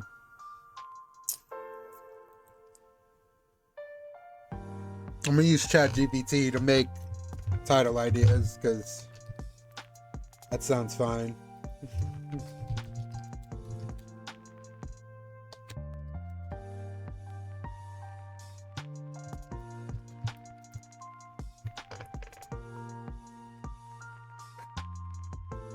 Okay, now put them all together. What do you mean?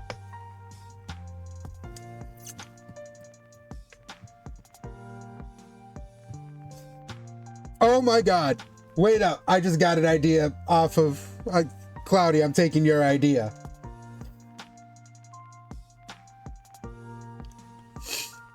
Yeah, I'm gonna do that. That sounds hilarious.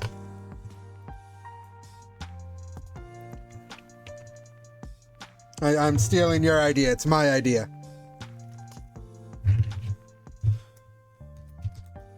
I have an important question. Yes, love it.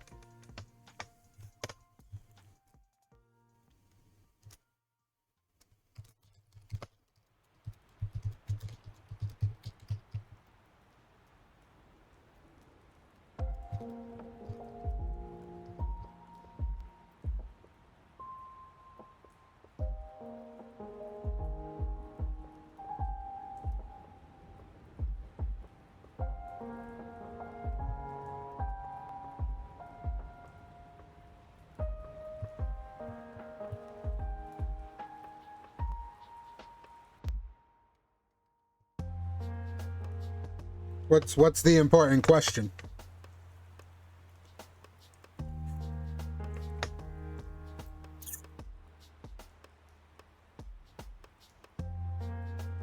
Out with it, woman.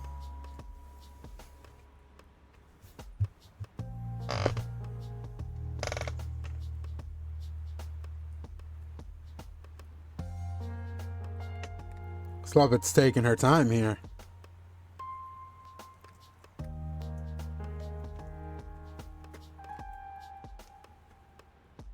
I think I'm just gonna press enter and answer her question after.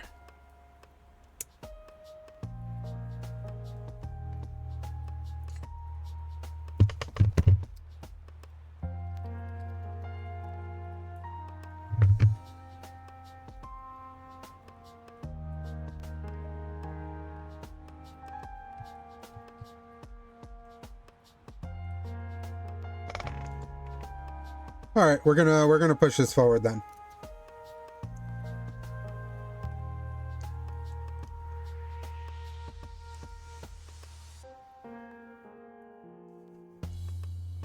Has anyone ever told you that you sound like Julian Solomita? I don't know who the fuck that is. Let me look that up. That makes it less... I even less know who that is. No, nobody's ever told me that.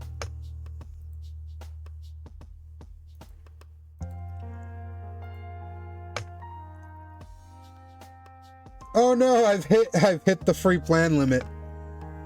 Truck-kun gets hit by a salaryman and is isekai'd as a koala into a world of space-conquering Malteses who's aiming to subjugate every timeline. I didn't even do... Well, it might be 8 paragraphs. I don't know. Alright, there's the last one for this one. Title: Isekai Mega Crash, the Oh my final stop God. of fate. J-Clud X Glenn, worlds collide and the tax forms are alive. The plot nobody asked for, but everyone deserved. The movie opens with J-Clud, battle queen of the Mushroom Realms and reluctant killer of her former best friend Shannon, wandering a post-war kingdom riddled with fungal fallout. She's tired, emotionally frayed, and absolutely done with magical politics. That is, until a massive interdimensional tear splits open above the kingdom of Sporvia and sucks her into a flaming celestial spreadsheet. On the other end of that tear, Glenn, driving a dimensionally unstable public bus through the metaphysical suburbs Classic of reality. Glenn. His first words: "Do you have exact change?" Their collision shatters the transit nexus, a sacred place at the intersection of all isekai timelines. Reality begins folding in on itself. Timelines bleed, tropes glitch, and characters from every flavor of isekai start spilling into Earth and Sporvia alike. Magical vending machine familiars, dungeon core influencers, reincarnated slime lords, and one man who was turned into a loaf of bread all begin wandering the streets demanding character arcs. J. Cludd, furious at being torn from her mushroom-drenched epilogue, teams up with Glenn, who frankly just wants a nap, possibly a stable 401k. Their first task is tracking down the lost Metro Crystal, a glowing relic that once powered the boundaries between worlds and is now lodged inside a sentient tax form named Form 709B. It's also possessed by Chad's fragmented consciousness and speaks entirely in inspirational TED Talk slogans. Meanwhile, Mona, Demon Queen Zumba instructor, and Pudding the cat, wizard conductor, mad god, join forces with Borlov and a small army of Glenn's weird children, who are now all aged up and wielding themed powers like passive aggression and divorce laser. They travel through the Bureau of Cosmic Bureaucracy, where they discover that Shannon, yes, Shannon, formerly killed by J. Cludd, has been reborn as the avatar of cancelled plotlines and is rallying every dropped Isekai cliché into a revolt. Shannon's goal? Reset the entire Isekai genre. Fucking shattered. She's tired of being a villain turned love interest turned villain again, and she's ready to wipe it all clean using the plot eraser, a giant mushroom-powered magical gavel located at the heart of the Nexus. Cue an enormous final battle featuring Glenn driving a bus through a collapsing anime convention, J. Cludd sword fighting through parallel dimensions that look like various rejected anime pilots, Mona suplexing a tank made of fan service, Pudding using a glitter bomb of genre-bending chaos that turns Shannon into a 90s sitcom mom for 45 seconds. In the climax, J. Cludd and Glenn stand before Shannon, wounded and time-glitched. J. Cludd tries to talk her down, echoing her own regrets from season 2 of her story. Glenn, exhausted and bleeding bureaucracy, offers Shannon a choice: become the new god of genre balance, or file for spiritual bankruptcy. Shannon, in a twist that is both moving and completely unearned, chooses to live and signs her soul over on a magically notarized friendship contract. The movie ends with the transit nexus stabilized, Glenn going back to driving kids to semi-magic public school, and J. Cludd finally returning to her realm, only to find it peaceful and shockingly boring. So she moves in with Mona and opens a sword and smoothie bar. Glenn visits every Tuesday, bringing snacks and stories from his shift. Pudding writes a memoir. Tropes! Cranked to 1000%. Isekai crossover movie no one asked for. Resurrected villains becoming meta-narrative gods. Ancient prophecies hidden inside tax forms. Bus-driving MC saves reality with sheer dad energy. Sentient mushroom weapons. Fourth wall destruction via plot gavel. Final villain redemption sealed with bureaucracy. This movie bombed at the box office, was critically hated by anime purists, and won 3 Underground Fandom Awards for most screenshotted quotes. The tagline, "You can't outrun fate unless you're in the bus lane." Would you like a tie-in video game? Or perhaps Pudding's post-movie spin-off series, The 9 Lives of Genre? Shit was fucking ridiculous. I don't think I could... Oh, I could still keep going? What? I thought I couldn't. Let me see if it'll let me ask. How does Pudding write?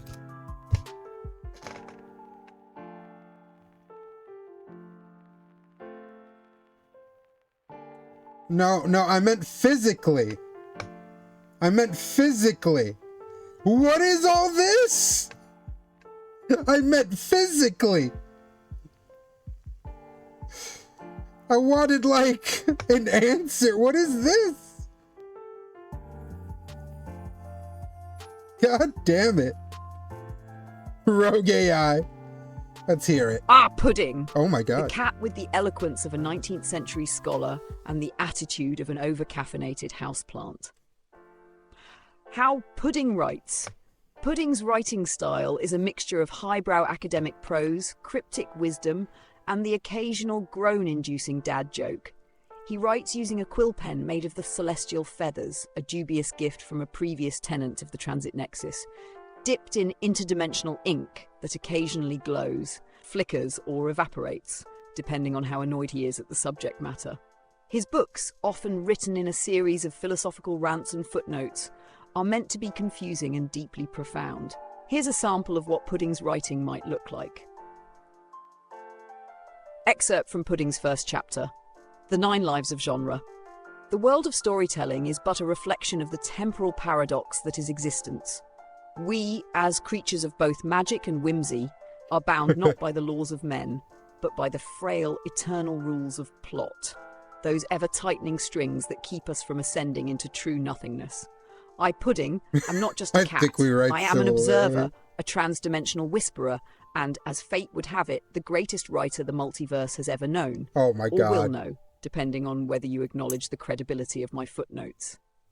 Consider, for instance, the cursed vending machine. Its cyclical nature is both a reflection of fate's endless coin toss and a metaphor for our existential dread. Are we not all just waiting for that one snack, that one fate-altering dollar? And when we fail to grasp it, are we not left with nothing but a stale, expired cosmic soda? But I digress. The point of this tale is simple. Life is a series of waiting rooms, and we must learn how to pounce when our turn arrives. Much like the elusive golden mouse that, if caught, that can rewrite our entire narrative. It's a philosophical truth, in case you weren't paying attention. In practice, Pudding's writing process is chaotic, fueled by hours of uninterrupted catnip indulgence and an occasional nap to regenerate his creative energy. Often he writes from the comfort of a pile of paperwork that he has definitely not accidentally knocked over.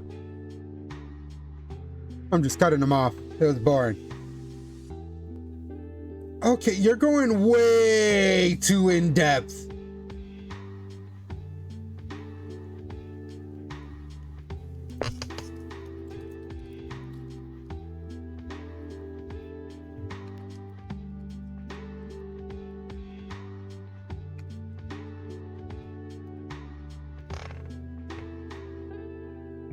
There we go.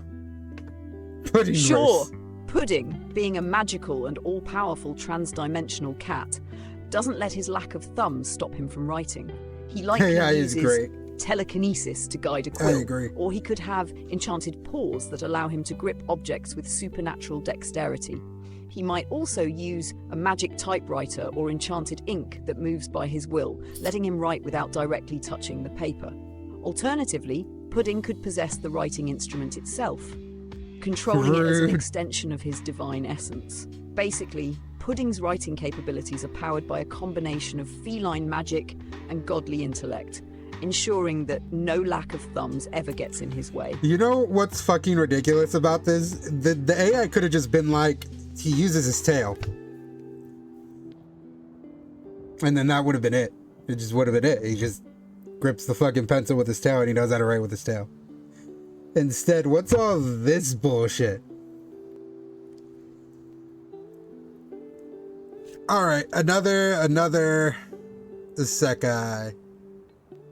So the one I got is I was just trying to microwave my ramen, but now I'm the legendary sorceress of a world where magic is powered by snack foods. I don't like that one.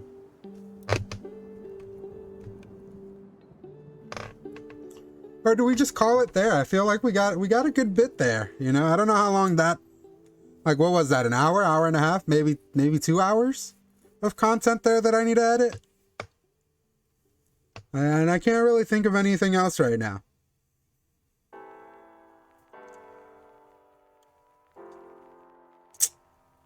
You gotta look up the guy I mentioned first. I did look him up. Julian. Or do you mean like hear him? I'll know if I sound like him if I hate his voice.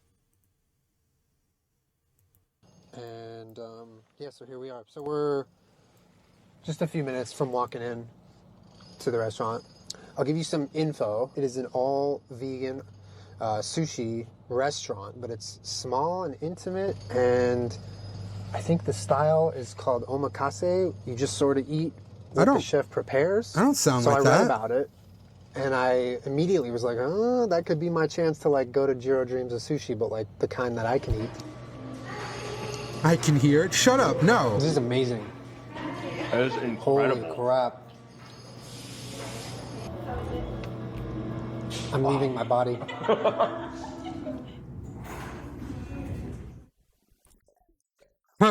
They low-key sound... Shut up! No!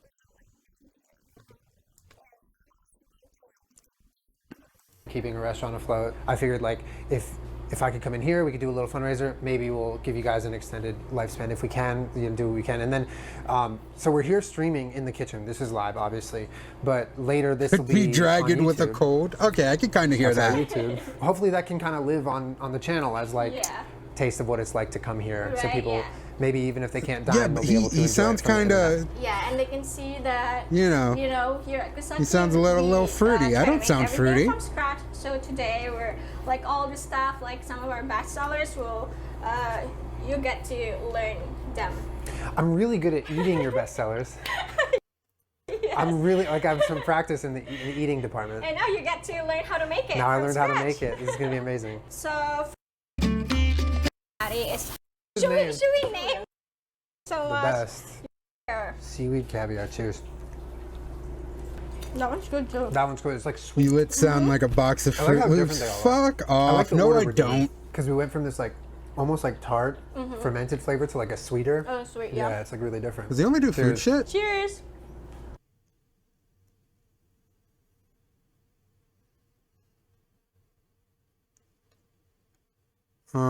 It's all just food shit. Bep, bep, bep. I have an announcement. Food reviews are popular. Hello, everybody. How did you get here? When? I promise I know how to act right. I'm just remembering. Welcome to the video. This is my table, and I'm sitting at it, and I wanted to make a video today. It's actually a very special video that I've been waiting to make for a very long time. I'm here at my table, and I wanted to spend some time with you. And we I don't hear it that much.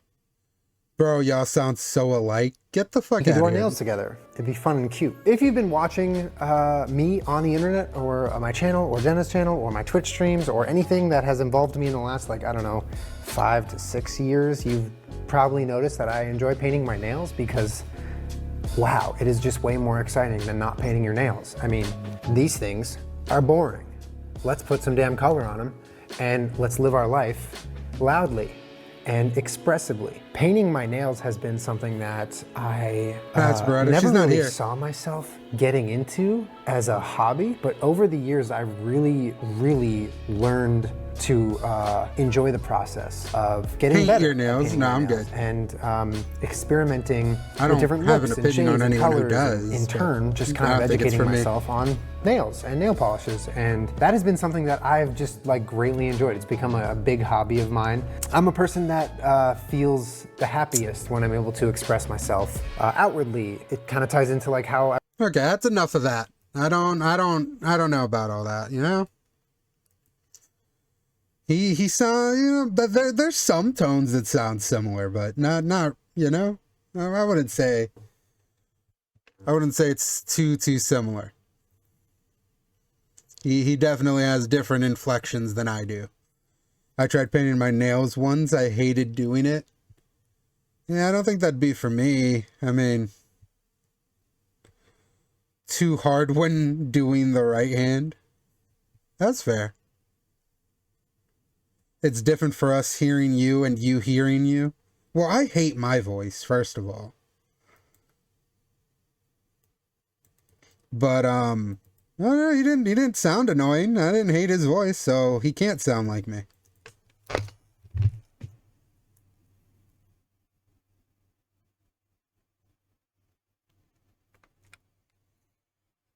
But this was a fun stream. Definitely got a lot to fucking edit. Ask Beretta when she returns and report. Okay, now making a Isekai about everyone on Discord. What does that even mean? More. Well, first of all, Cloudy, we're about 2 hours in. We need some, or an hour and a half in. It can't be too long of a video, you know? I feel like I have enough content to make a little short video. Cloudy, you do it. We can make a channel, if you guys are interested in it, where you can put your ideas into what to slap into ChatGPT.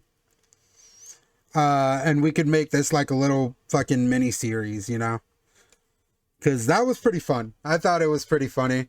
I'd like to explore if we could maybe manipulate the voice that it uses to be a different accent, maybe, or oh, maybe I could dabble with I don't know. I don't know. There's a way to like do a voice thing where it copies your voice.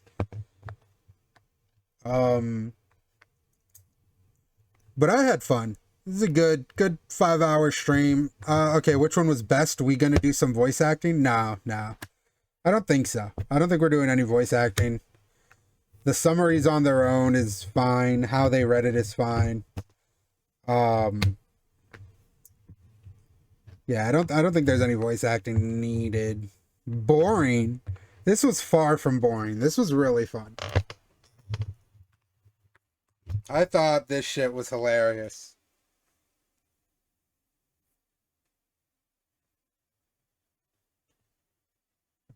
But I think we'll end it there. Well, I don't know. I could play some more Schedule 1. Or can we get videos or pics made by AI? Well, the issue with ChatGPT is if once you put one picture, like how you know how I got your picture in, like no, not that one. Was it this one? Yeah. The second I put this one in, after I did this, it shut me out. So without paying, I can't. Wait, I want a picture. Okay, I got you. Let me see. It's gonna lock it out. But so maybe if I got the 20 and pay for it, maybe. We'll see. We'll see how I feel about it later.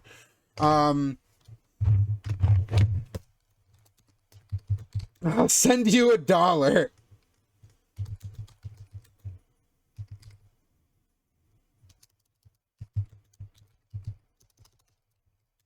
Give me address now.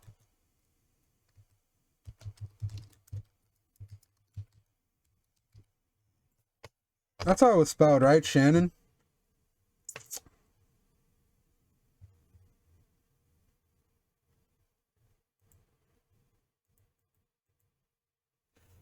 Give social security number. All right, it's gonna take a bit of time.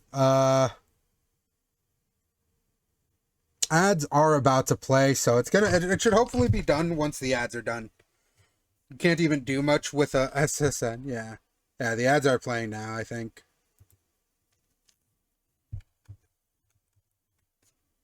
But I'll be right back then.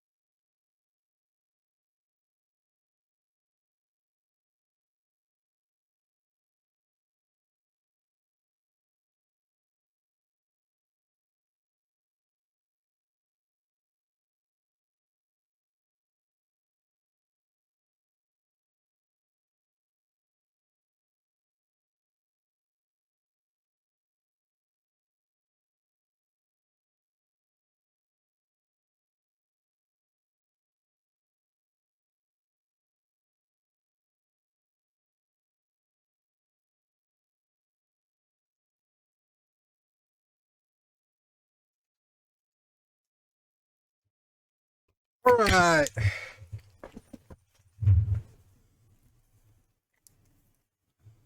Go smoke. That's what I went to go do, actually.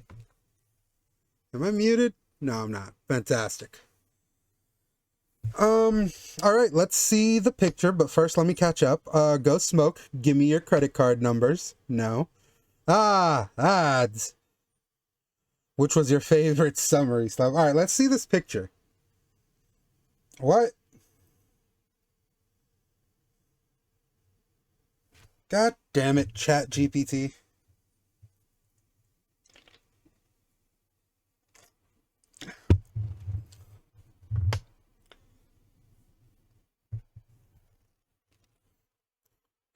Jakelet had a pretty solid story. It did. The Glenn's stupid Shannon. Glenn's kind of flew off the fucking rail hard. It did not deserve the 4.7 for season 3. Season 3 was ridiculous. Was way too ridiculous. Oh my god, we're reviewing fake fucking animes now. That's, yeah. It kind of lost the plot midway season 2. It did. It did. Shannon broke it. Stupid Shannon. It kind of... Wait, for Jakeluds or for Glenn's? Because I felt like that applied to Glenn's.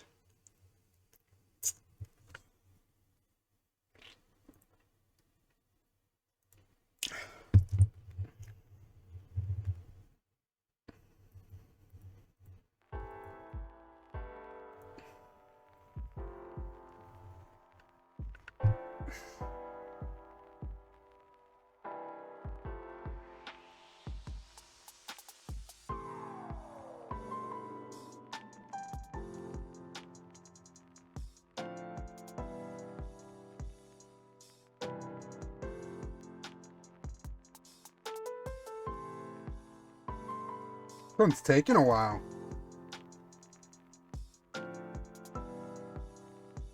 Why is it taking forever? I don't know. Maybe because it has to go so far back. Because it has to go all the way back here.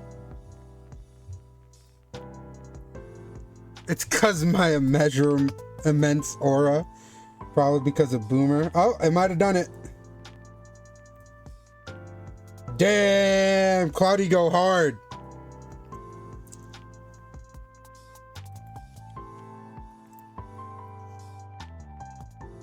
Send me that. That's what we get for listening to Cloudy. Is my tech inability contagious? I look so cool. That shit goes hard.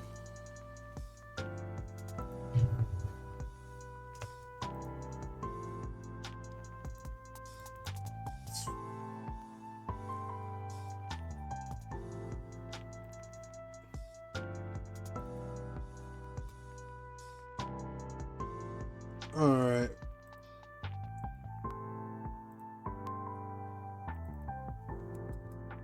Alright, I sent it to... I sent, Boomer's his and Cloudy's hers. Wait, what was the first one? Oh, an error occurred. It never did it. My def look like that.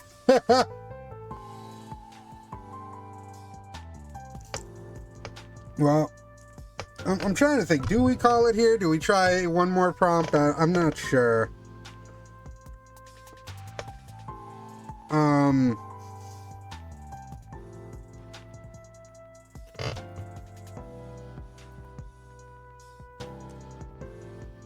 Cause I don't know. What's another prompt?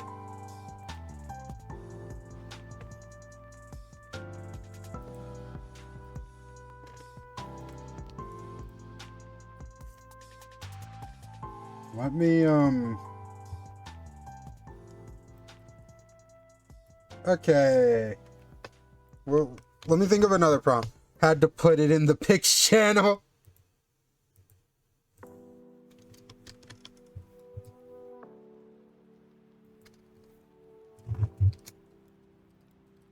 A reverse isekai where the truck gets transported. Ah, no, this is cool.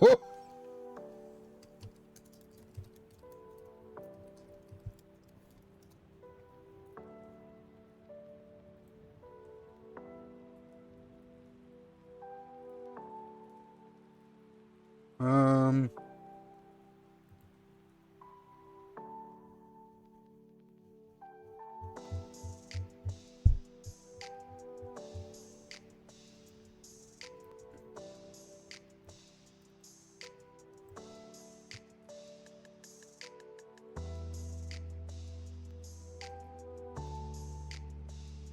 No, not that one. Where's the new one?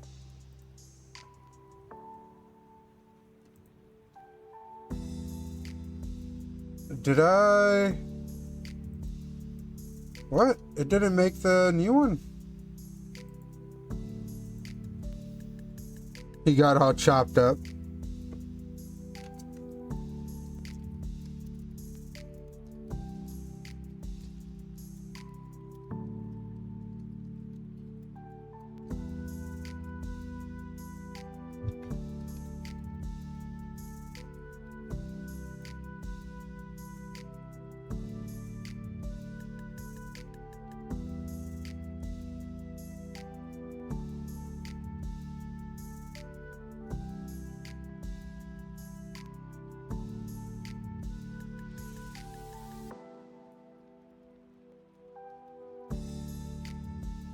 Alright, let me think for a second. Let me cook.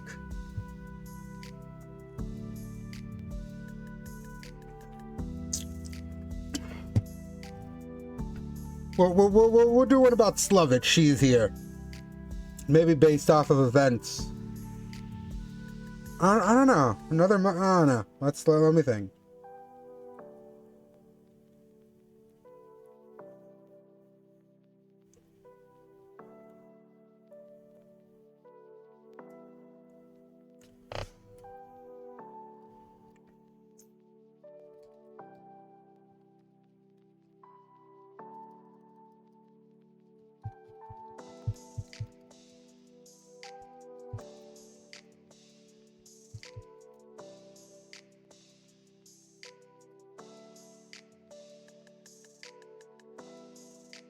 Perfect. Slovetitis, drop the title of your glorious, chaotic Isekai, and I'll summon Season 1 from the deepest, most trope-infested corner of another world. Wait, what? Only the basement gets isekai'd? I don't know.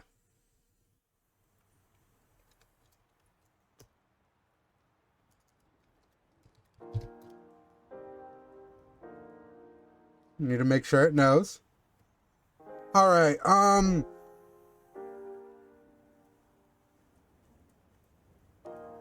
AI could cook. It could, but I feel like it'd be too ridiculous. Let me think. Give me a second. Slove it.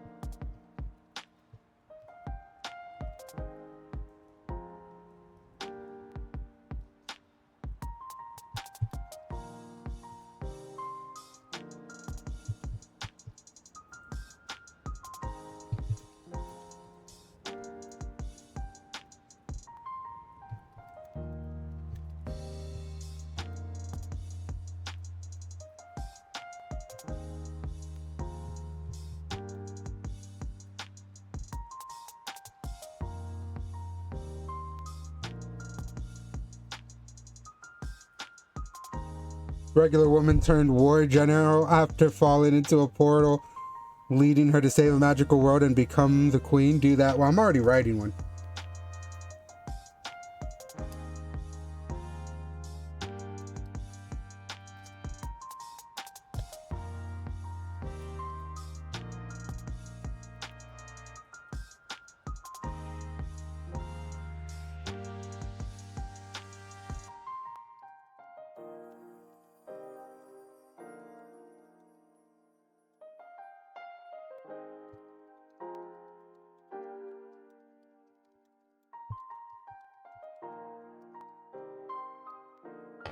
All right.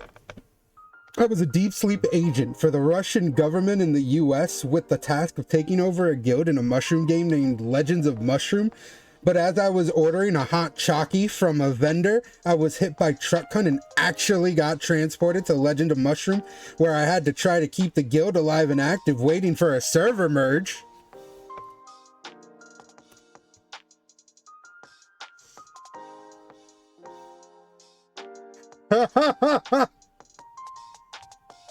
This is gonna be fantastic.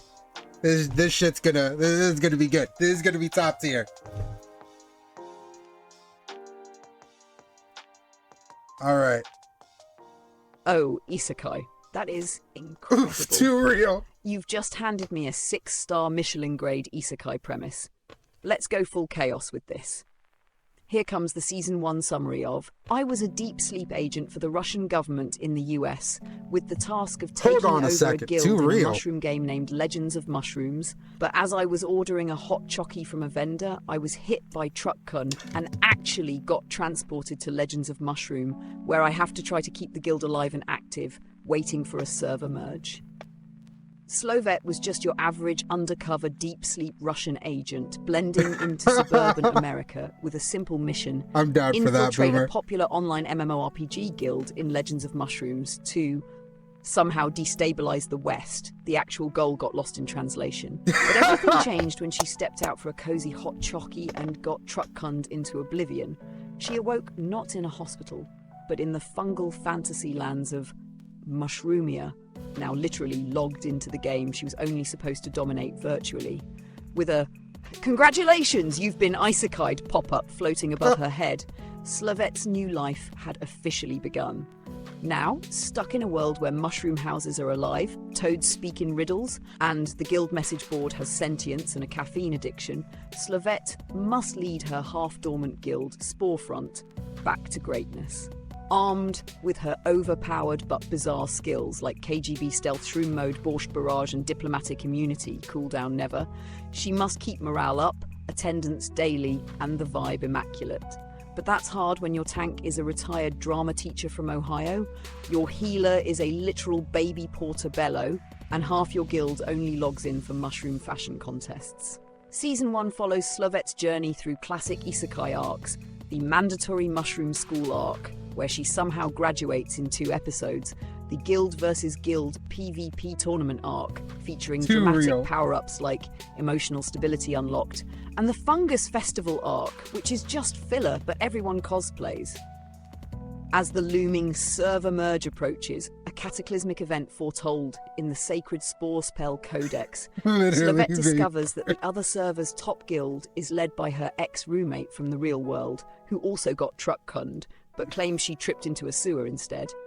In a world where spores are currency, betrayal grows like mold, and the fate of digital fungi rests in the hands of a Cold War sleeper agent turned guild mom, Slovet must face her greatest challenge yet, keeping a Discord server active on a Tuesday night. Oh Let me know God. if you want Season 2 next, or maybe a visual of Slovet's party, or heck, a special move name generator.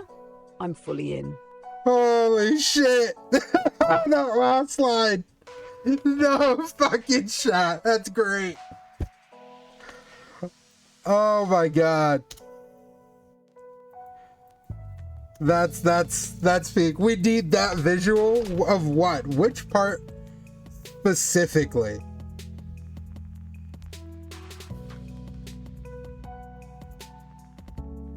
Cold War sleeper agent turned guild mom?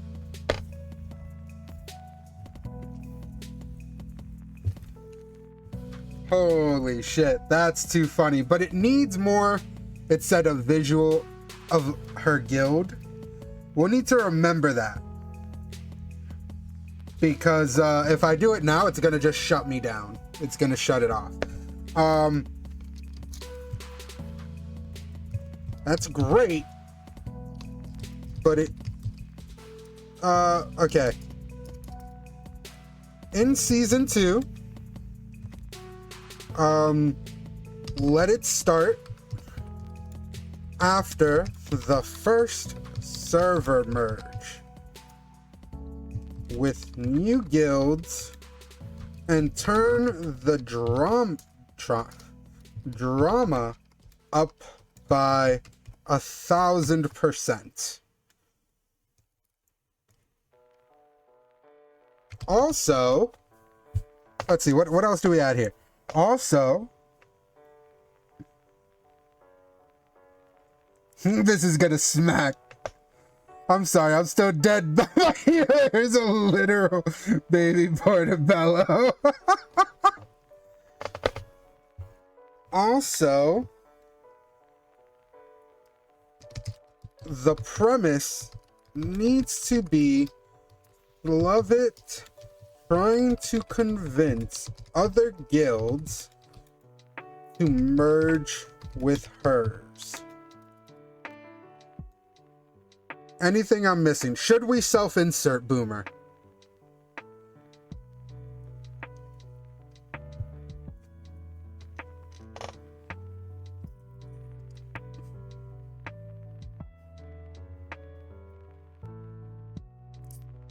I'm gonna go ahead and do a little, we'll do some self-insert.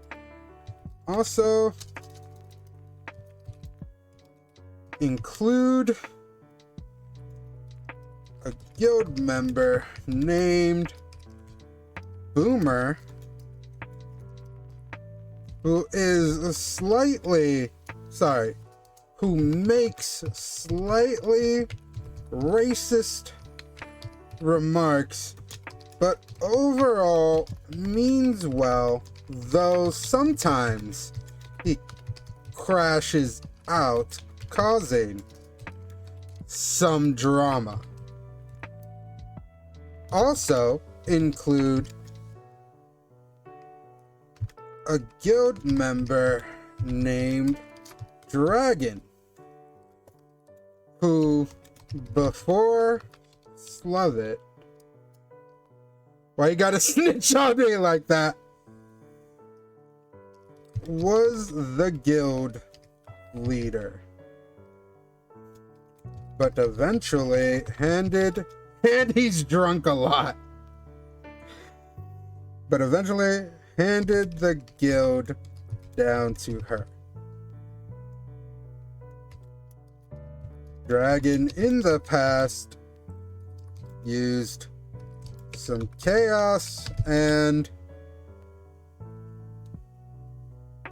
social manipulation to originally become the guild leader. I think we're good. I think we're good there. Well, I guess we could add the drunk. Alright. Also, he's drunk a lot.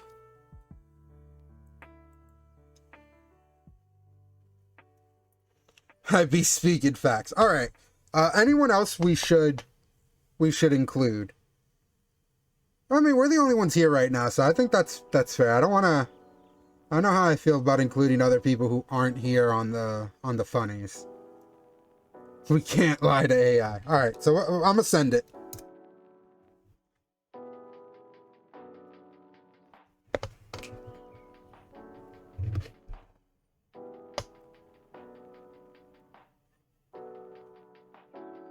Oh god, it really held on to the hot chalky.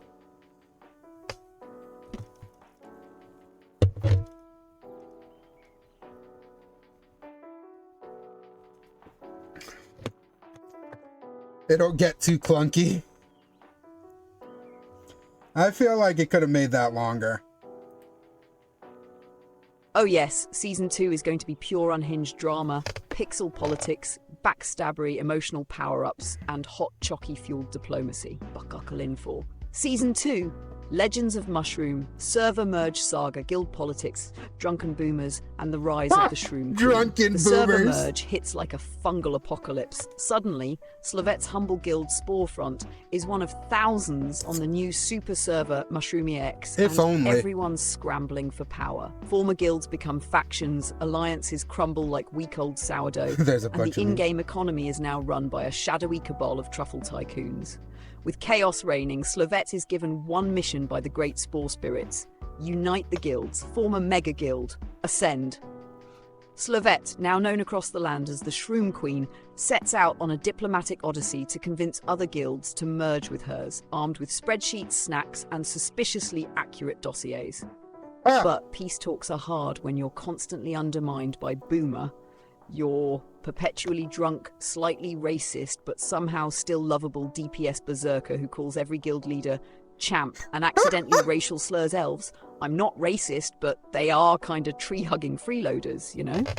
He frequently passes out mid-raid, once during an ambassador's speech, snoring into his mic and derailing peace for 3 episodes. And then there's Dragon, the smooth-talking ex-leader of Sporefront, who once ruled the guild with a mixture of manipulation, mind games, and charisma that would make late Light Yagami proud. Though he stepped down to let Slovette lead, he's always watching. Sometimes helpful, sometimes cryptic, sometimes dropping one-liners like, I taught her everything she knows, but not everything I know. When guild talks fall apart, it's often Dragon stirring the pot behind the scenes, playing 4D mushroom chess to protect the guild, or possibly just for the drama. I feel called out a little. Season 2 hits peak ridiculous. Right! The Council of Shroom Lords arc, where What the Slovette has fuck? to host a summit in an active PvP zone with guilds themed after cheeses, frogs, and one guy who insists he's a vampire. The betrayal of guild petals who agree to merge only to backstab Sporefront during a Mushroom King boss fight. Slovette gets her revenge using the forbidden spell, the Boomer Intervention episode, What the which fuck? somehow turns into a musical. And the rise of the Anti-Guild Coalition, a loose group of edgy solo players who wear hooded cloaks and speak exclusively in lowercase. As Season 2 ends, Slovette stands atop the spawning spire, her mega guild formed, but a new threat looms. Someone is hacking the code of the game itself, causing glitches, sentient loot drops, and reality to blur. And Slovette swears she just heard someone whisper, "This isn't just a game anymore." Want Season 3 next? Or a guild member profile sheet? Maybe an in-world shit. wiki article? I'm so down. Gorilla Lover. Would you get gangbanged by 10 female gorillas for $1 billion? Yeah, that's $1 billion fucking dollars. Absolutely, I would. Good question. That shit was funny. I'm about to drop that. I'm about to at everyone in the fucking Shroom chat with I taught her everything she knows, but not everything I know. that's so dumb. Holy shit. That shit was too funny. That was great. All speaking in lowercase. Yeah. Anti-Guild Coalition. Oh, fuck. Oh, okay. Now, I do want to... I want to tell... I'm going to give it the final prompt first for Season 3. It's going to be the finale. I don't want it to go into the real world at all. It needs to stay in the game. Because that's stupid for it to go into the real world. I'm gonna go start a one-man guild called Anti-Guild Coalition. Yes, I need Season 3. But illegal.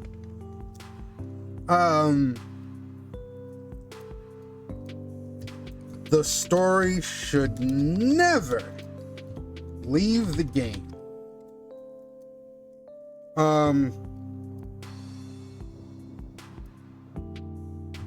Add 3 twists. Damn, the uppercase too. And add 3 twists and... Fuck, I just had it. My brain's being dumb.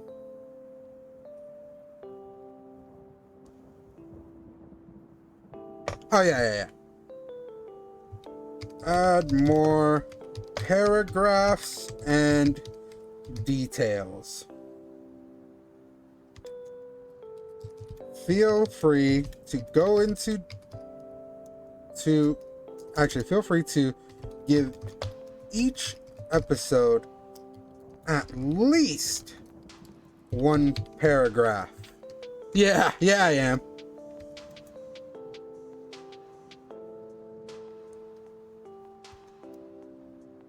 And make this the final season. Oh yeah, and episode titles. That's a good idea. And episode titles.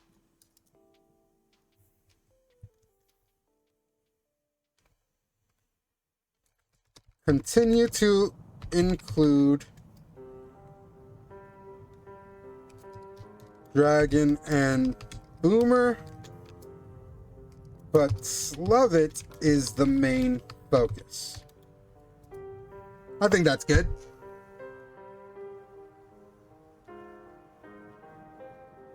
Yeah. Wait up, I just noticed this one. The Boomer intervention episode, which somehow turns into a musical. That's funny. Okay.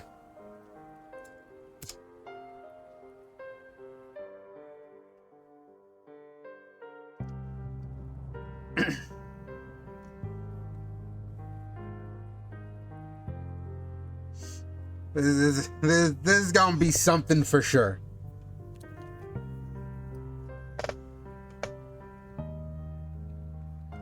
I hate how it knows us so well, right?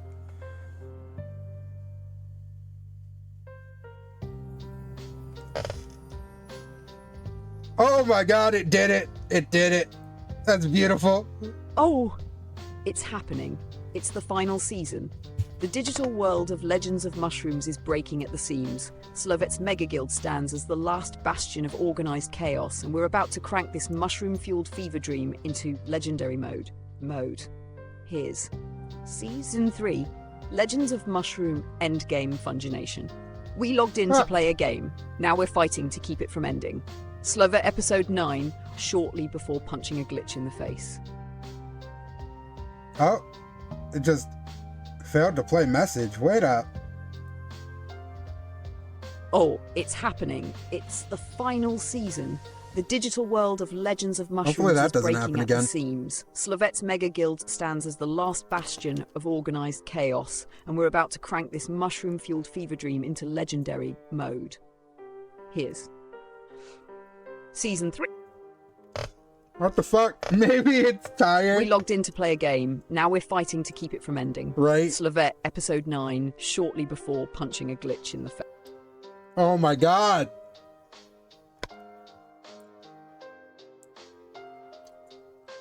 Shit, that's an epic quote by me. Come on, read it. It's fantastic. Oh, it's happening. It's the final season. We're the killing digital it. world of Legends of Mushrooms is breaking at the seams. Slovet's Mega Guild stands as the last bastion of organized chaos, and we're about to crank this mushroom-fueled fever dream into legendary mode. Here's Season 3, Legends of Mushroom Endgame Fungination. We logged in to play a game. Now we're fighting to keep it from ending. Slovet Episode 9, shortly before punching a glitch in the face. Right. Episode 1, Patch Notes of Doom. There we go. An ominous update hits the server.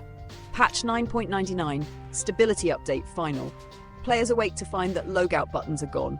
The sky glitches with lines of code. NPCs begin repeating phrases in ancient developer script. Slovet rallies the Mega Guild, but cracks form fast. Boomer is convinced this is a CIA op and starts live streaming drunken intel briefings. Dragon warns that this isn't just a bug, it's a purge. Something is cleansing the game from the inside. Holy Episode shit. 2, The Glitch King Rises. In the ruins of Server Merge Tower, Slovet uncovers a mysterious boss dungeon that wasn't there before. Inside, she meets the Glitch King, a corrupted former Game Master NPC who believes players are viruses. He declares war on all user-controlled entities. Slovet barely escapes with the help of Dragon, who claims he let her get cornered to test her growth. But the threat is clear. The world is ending from within. Episode 3, I'm not that Fungus much of and a Fireball dick. Diplomacy. To resist the Glitch King, Slovet Right. must reassemble the Council of Shroom Lords, now fragmented after last season's betrayals. She embarks on a diplomatic whirlwind, complete with flaming airship debates, Let me get poison caught. mushroom tea ceremonies, and a duel against the Guild of Cringe Memers. Boomer accidentally starts a war with a guild of sentient puffballs after calling them floaty beanbags. Dragon steps in, weaponizing his social manipulation skills to twist old enemies into allies. Episode 4, Error 404, Dragon Not Found. First major twist, Dragon disappears. A Too fragment real. of code hints that he was never a real player. Slovet discovers Dragon may have been a sentient NPC created during a beta patch, evolving over years through raw charisma and manipulation. His loyalty to her? Real. But now, the Glitch King wants to reclaim him as a weapon. Oh, Slovet, shit. devastated but focused, prepares to bring him back or delete him herself if corrupted. Episode 5, Patch.exe. Boomer! In a rare moment of lucidity, hacks into an ancient developer zone called Patch.exe, guided by the voice of a dead mod. He uncovers the first twist. The game isn't just crashing, For real. it's trying to merge with other abandoned MMOs to survive. Reality is warping. Mushrooms start turning into low-poly tanks, health bars blink in Korean, and a penguin army from a deleted winter event invades a cutscene. Episode 6, Betrayal in the Biocrypt. The second major twist hits. Slovet was not the only deep agent Isekai. A former guild ally, leader of shit. Guild Petals, reveals herself as Agent Petra, another sleeper operative whose mission was to destabilize Legends of Mushrooms completely. She offers Slovet a choice: let the world collapse or join her in claiming admin control. Slovet refuses and fights Petra in a 3v3 PvP boss-style battle alongside Boomer and a partially recovered Dragon AI ghost file. Episode 7, Raid the Dev Room. Slovet and her guild launch the final offensive. A raid on the Developer Room, a mythical zone where the Glitch King is rewriting game reality line by line. It's the most insane battle of the series, flying on mushroom wyverns, dodging corrupted patch notes, hacking corrupted wave files mid-combat, and a cutscene where Boomer gives a drunken speech that somehow turns into a battle cry. Dragon reappears, half human, half glitch, and says, "I broke my code, for you." Episode 8, The Final Merge. Third and final twist, Slovet is now partially integrated into the system. Her choices have rewritten parts of the game's source code. The Glitch King offers her adminship, eternal Mushroom power, in wyverns. exchange for sacrificing her identity. Yep. She almost accepts until Boomer drunkenly stumbles into the command line and types /dance. It breaks the King's concentration, Slovet deletes the core corruption, and the world resets, but only partially. Episode 9. The guild never logs out. The game stabilizes. The logout button appears, but Slovet doesn't press it. Neither do her guildmates. Drunken speech at the Boomer battle opens cry. a bar in Sporefront HQ. Dragon, now a semi-sentient companion AI with occasional smug commentary, follows her like a ghost with sass. Slovet gazes out over Mushroomia, now glitch-scarred but thriving. She didn't just keep the guild alive. She became the legend of the mushrooms.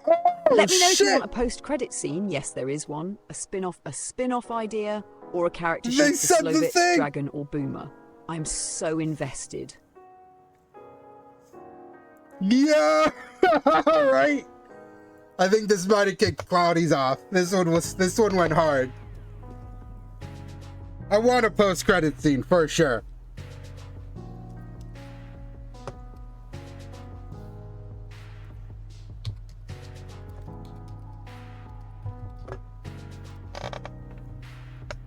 That one was that was pretty cool. Whoa. Oh shit, wait up. What? No. Wait up, what the fuck? Wait up. Oh, you know there's a post-credit scene. Here's the stinger that I leaves saw the some fandom spoilers. screaming and the forums in absolute chaos. Post-credit scene, system message, connection incoming. The screen is black. A quiet humming. Lines of code flicker briefly. Server status stable. Then a new message begins typing itself. Character by character. Glitchy, slow, deliberate.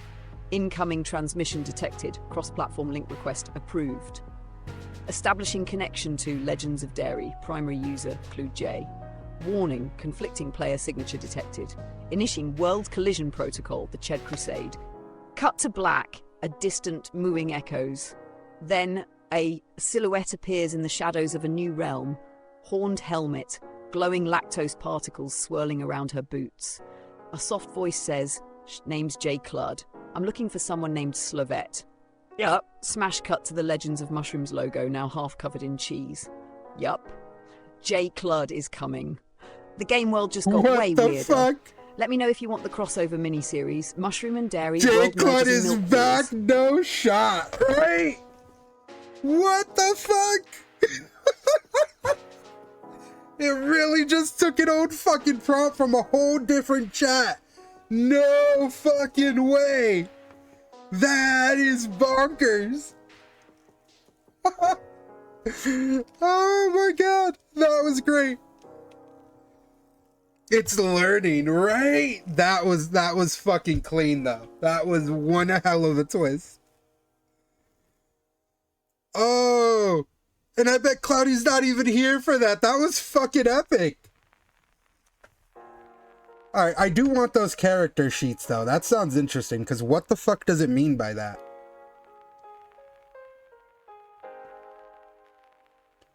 Slovak got her merger, but not in the way she wanted.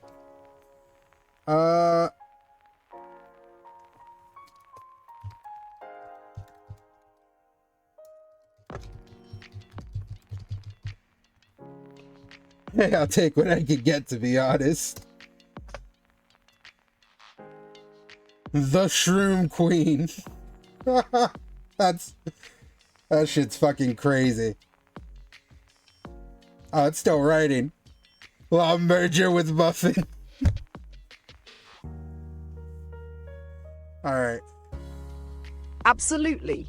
Here are the character sheets for Slovette, Queen Dragon, turned and Boomer, legend. now fully immersed in the chaos of Legends of Mushrooms. Slovette, the Shroom Queen. Class, Diplomatic Overlord, unique hybrid class.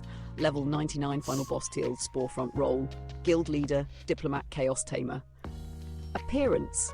Slovette has evolved from a stealthy agent into a legendary figure. She wears a glowing mushroom crown that increases charisma and immunity to status effects, except for being No, it's doing it again. We're killing this fucking thing. Absolutely. Here are the character sheets for Slovette, Dragon, and Boomer, now fully immersed in the chaos of Legends of Mushrooms. Slovette, the Shroom Queen. Class, Diplomatic Overlord, unique hybrid class, level 99, final boss tier. Guild, Spore front role, Guild leader, Diplomat, Chaos Tamer. Appearance. Slovette has evolved from a stealthy agent into a legendary figure. She wears a glowing mushroom crown that increases charisma and Oh my god.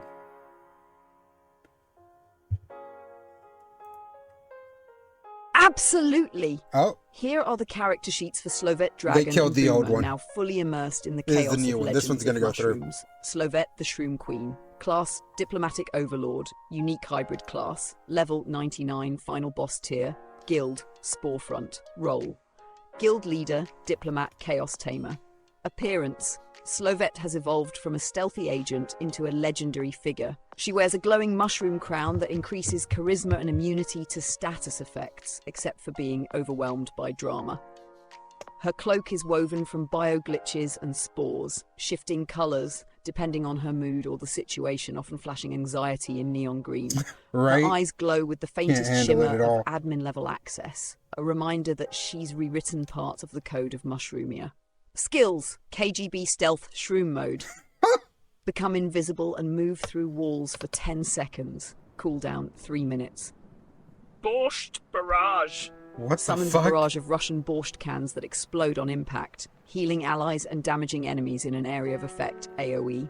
Diplomatic immunity instantly cools down guild disputes, quashes insubordination, and neutralizes passive-aggressive comments for 30 minutes, once per raid. Spore Spell Overload, a massive damage spell that launches all hostile guild members into the air and forces them to experience intense emotional regret for 10 seconds, cooldown 2 hours. Mushroom Diplomacy can merge guilds, build alliances, and instantly recognize when someone is lying, even when they're speaking in riddles. Personality. Slovet She is do that. pragmatic, witty, and resourceful, often using her keen sense of strategy to solve problems. However, she's often overwhelmed by the dramatic chaos around her, particularly the antics of her guildmates. She's loyal to her guild and will do anything to keep it together, even if that means manipulating systems, people, and sometimes her own emotional state to survive the madness. Dragon. The former guild leader. Class manipulative strategist, NPC turned player, level 92, guild Sporefront, now a semi-sentient AI sidekick. Role, former guild leader, manipulation expert, tactical genius. Appearance. Oh my Dragon is a humanoid figure with an ever-changing appearance. When he was the guild leader, his form was sleek, regal, and full of confidence, often dressed in a cloak made of shifting code. Now his appearance fluctuates between human and glitchy forms, sometimes showing him as half real and half digital, his face occasionally glitching out like a bad video stream. His eyes glimmer with a faint knowing light. Skills? Mind games. Oh my Can god. manipulate other players' emotions and actions through social dialogue and subtle suggestions. Boosts guild morale or sows confusion depending on intent. Chaos theory spawns random in-game events that disrupt the flow of battle, such as sudden surprise boss spawns or The unexpected yelling terrain Jesus, shifts. right? This creates an opportunity for surprise tactics, but also extreme chaos. Leadership Overdrive temporarily boosts all guild members' stats by 20%, but they all become highly susceptible to influence, making them easily swayed by Dragon's commands for a short period, 15-minute duration. Well, damn. Glitch-aided perception allows Dragon to perceive hidden elements of the game world that others can't, such as secret dungeons or NPCs with ulterior motives. Personality. Dragon is a schemer, both calculating and charismatic, making him an excellent manipulator. He was the perfect guild leader during his reign, but now he's a ghost in the machine, still meddling with Slovet's decisions, though usually from the sidelines. He's loyal to her, but will always have an agenda of his own, seeing everything as a long game of control and power. Boomer, the drunken berserker. That's a pretty badass name. Drunken buffs. Level 77, half past forefront, role. DPS, drama magnet, guild wildcard. Appearance. Boomer is a stocky, muscular character with a permanently disheveled look. His armor is a mismatched assortment of random loot items that have been either half worn or completely destroyed in the heat of battle. He wears a constant aura of drunkenness, a cloud of floating beer mugs around his head that occasionally glitch out, spilling liquid onto his character model. His eyes are bloodshot from a mix of overconsumption and exhaustion, and he frequently stumbles around. Skills! Oh my When god. Boomer drinks, he becomes an unstoppable force of chaos, increasing his damage by 50% but reducing his accuracy and defense. Think of it as a high-risk, high-reward move that often ends in him accidentally attacking allies. Racially insensitive jokes. A unique skill where That's a Boomer can skill. irritate enemies with jokes so offensive they get distracted for 5 seconds, but it risks causing guild-wide drama if he does it too often. Crash out. Every so often, Boomer will crash out No mid-fight, shit. falling asleep or going AFK, involuntary. This can leave his allies in the lurch during important moments, but if he comes back, he's usually angrier and ready to hit harder. Brewmaster's Blessing. When Boomer drinks, he generates healing potions for his guildmates. The healing is random and can range from super effective to totally toxic, depending on how much he's had to drink. Personality. Oh my Boomer god. is loud, inappropriate, and often annoying, but despite his flaws, he's a loyal friend and surprisingly competent when sober, which is rare. His antics often stir the pot and create drama, but his heart's in the right place, or at least his liver is. He's got a good-natured approach to life and doesn't take things too seriously, unless it's time for a brawl. His biggest flaw? His inability to stay sober long enough to actually lead a charge without crashing out halfway through. Damn. There you go. The main players in the wild, mushroom-filled final season of Legends of Mushrooms. They may not be the typical heroes of an Isekai, but in the weird world of Mushroomia, they're exactly what the Shots game fired. needs to survive, or burn down in glorious flames of chaos. All right, so for sure that was the last one. So I'm gonna make I wanted to make an image of the 3 characters there. That one was pretty cool. That one was pretty funny. Mate or generate an image of these 3 characters together. I don't know, sharing a drink.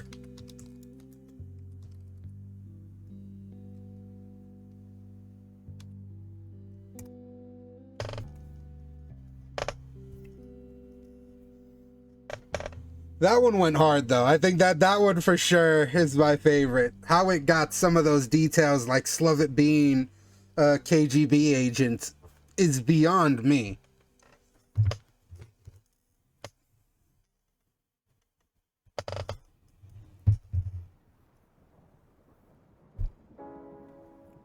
But that one for sure went hard. Solid story for sure.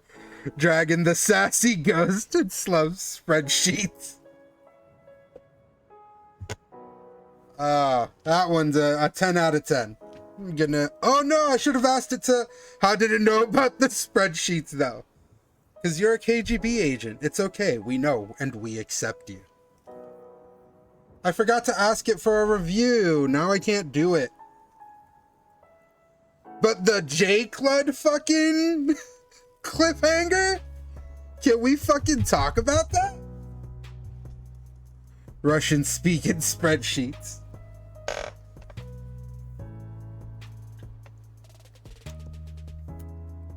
This is gonna be a nice edit. Well, I'll try to edit it nice. But that shit was this is peak. Absolute cinema. It's like this needs more J-Clud for real.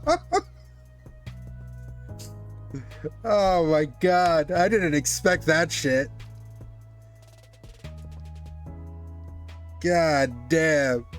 That makes me excited to keep using ChatGPT for it to make fucking references to other shit.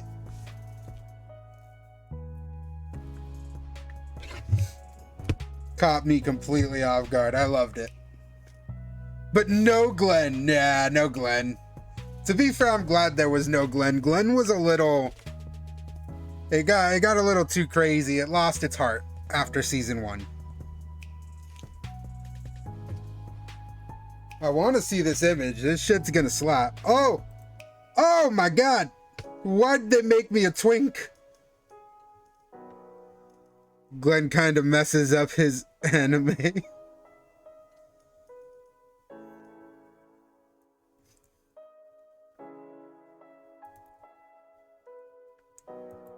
Sassy twink ghost, for real.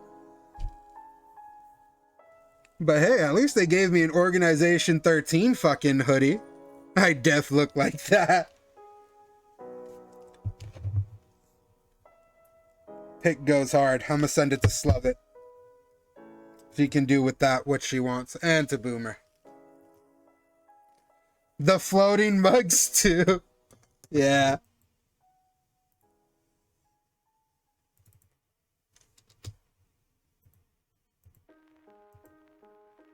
That was a good one to end it on. Oh wait. It's not. It didn't crash out on me. Give me a review of the whole Isekai above. No. No. I've reached my limit. Unfortunate. Very sad. We'll never know what the AI thinks until next time. That was fun. It can't handle the review. No, it definitely can't. That was a funny one. That might be the first short I make. The review, it was epic, right? That might be the first short I make just so we can share it in the Discord servers and to people who we know. Cause that was entertaining and fun. But thanks you guys for watching. I'll let you know when the editing is done. I've never edited something, so expect it to take a while. Hope you guys had fun. Really love that. That last one is my favorite. But have a good night.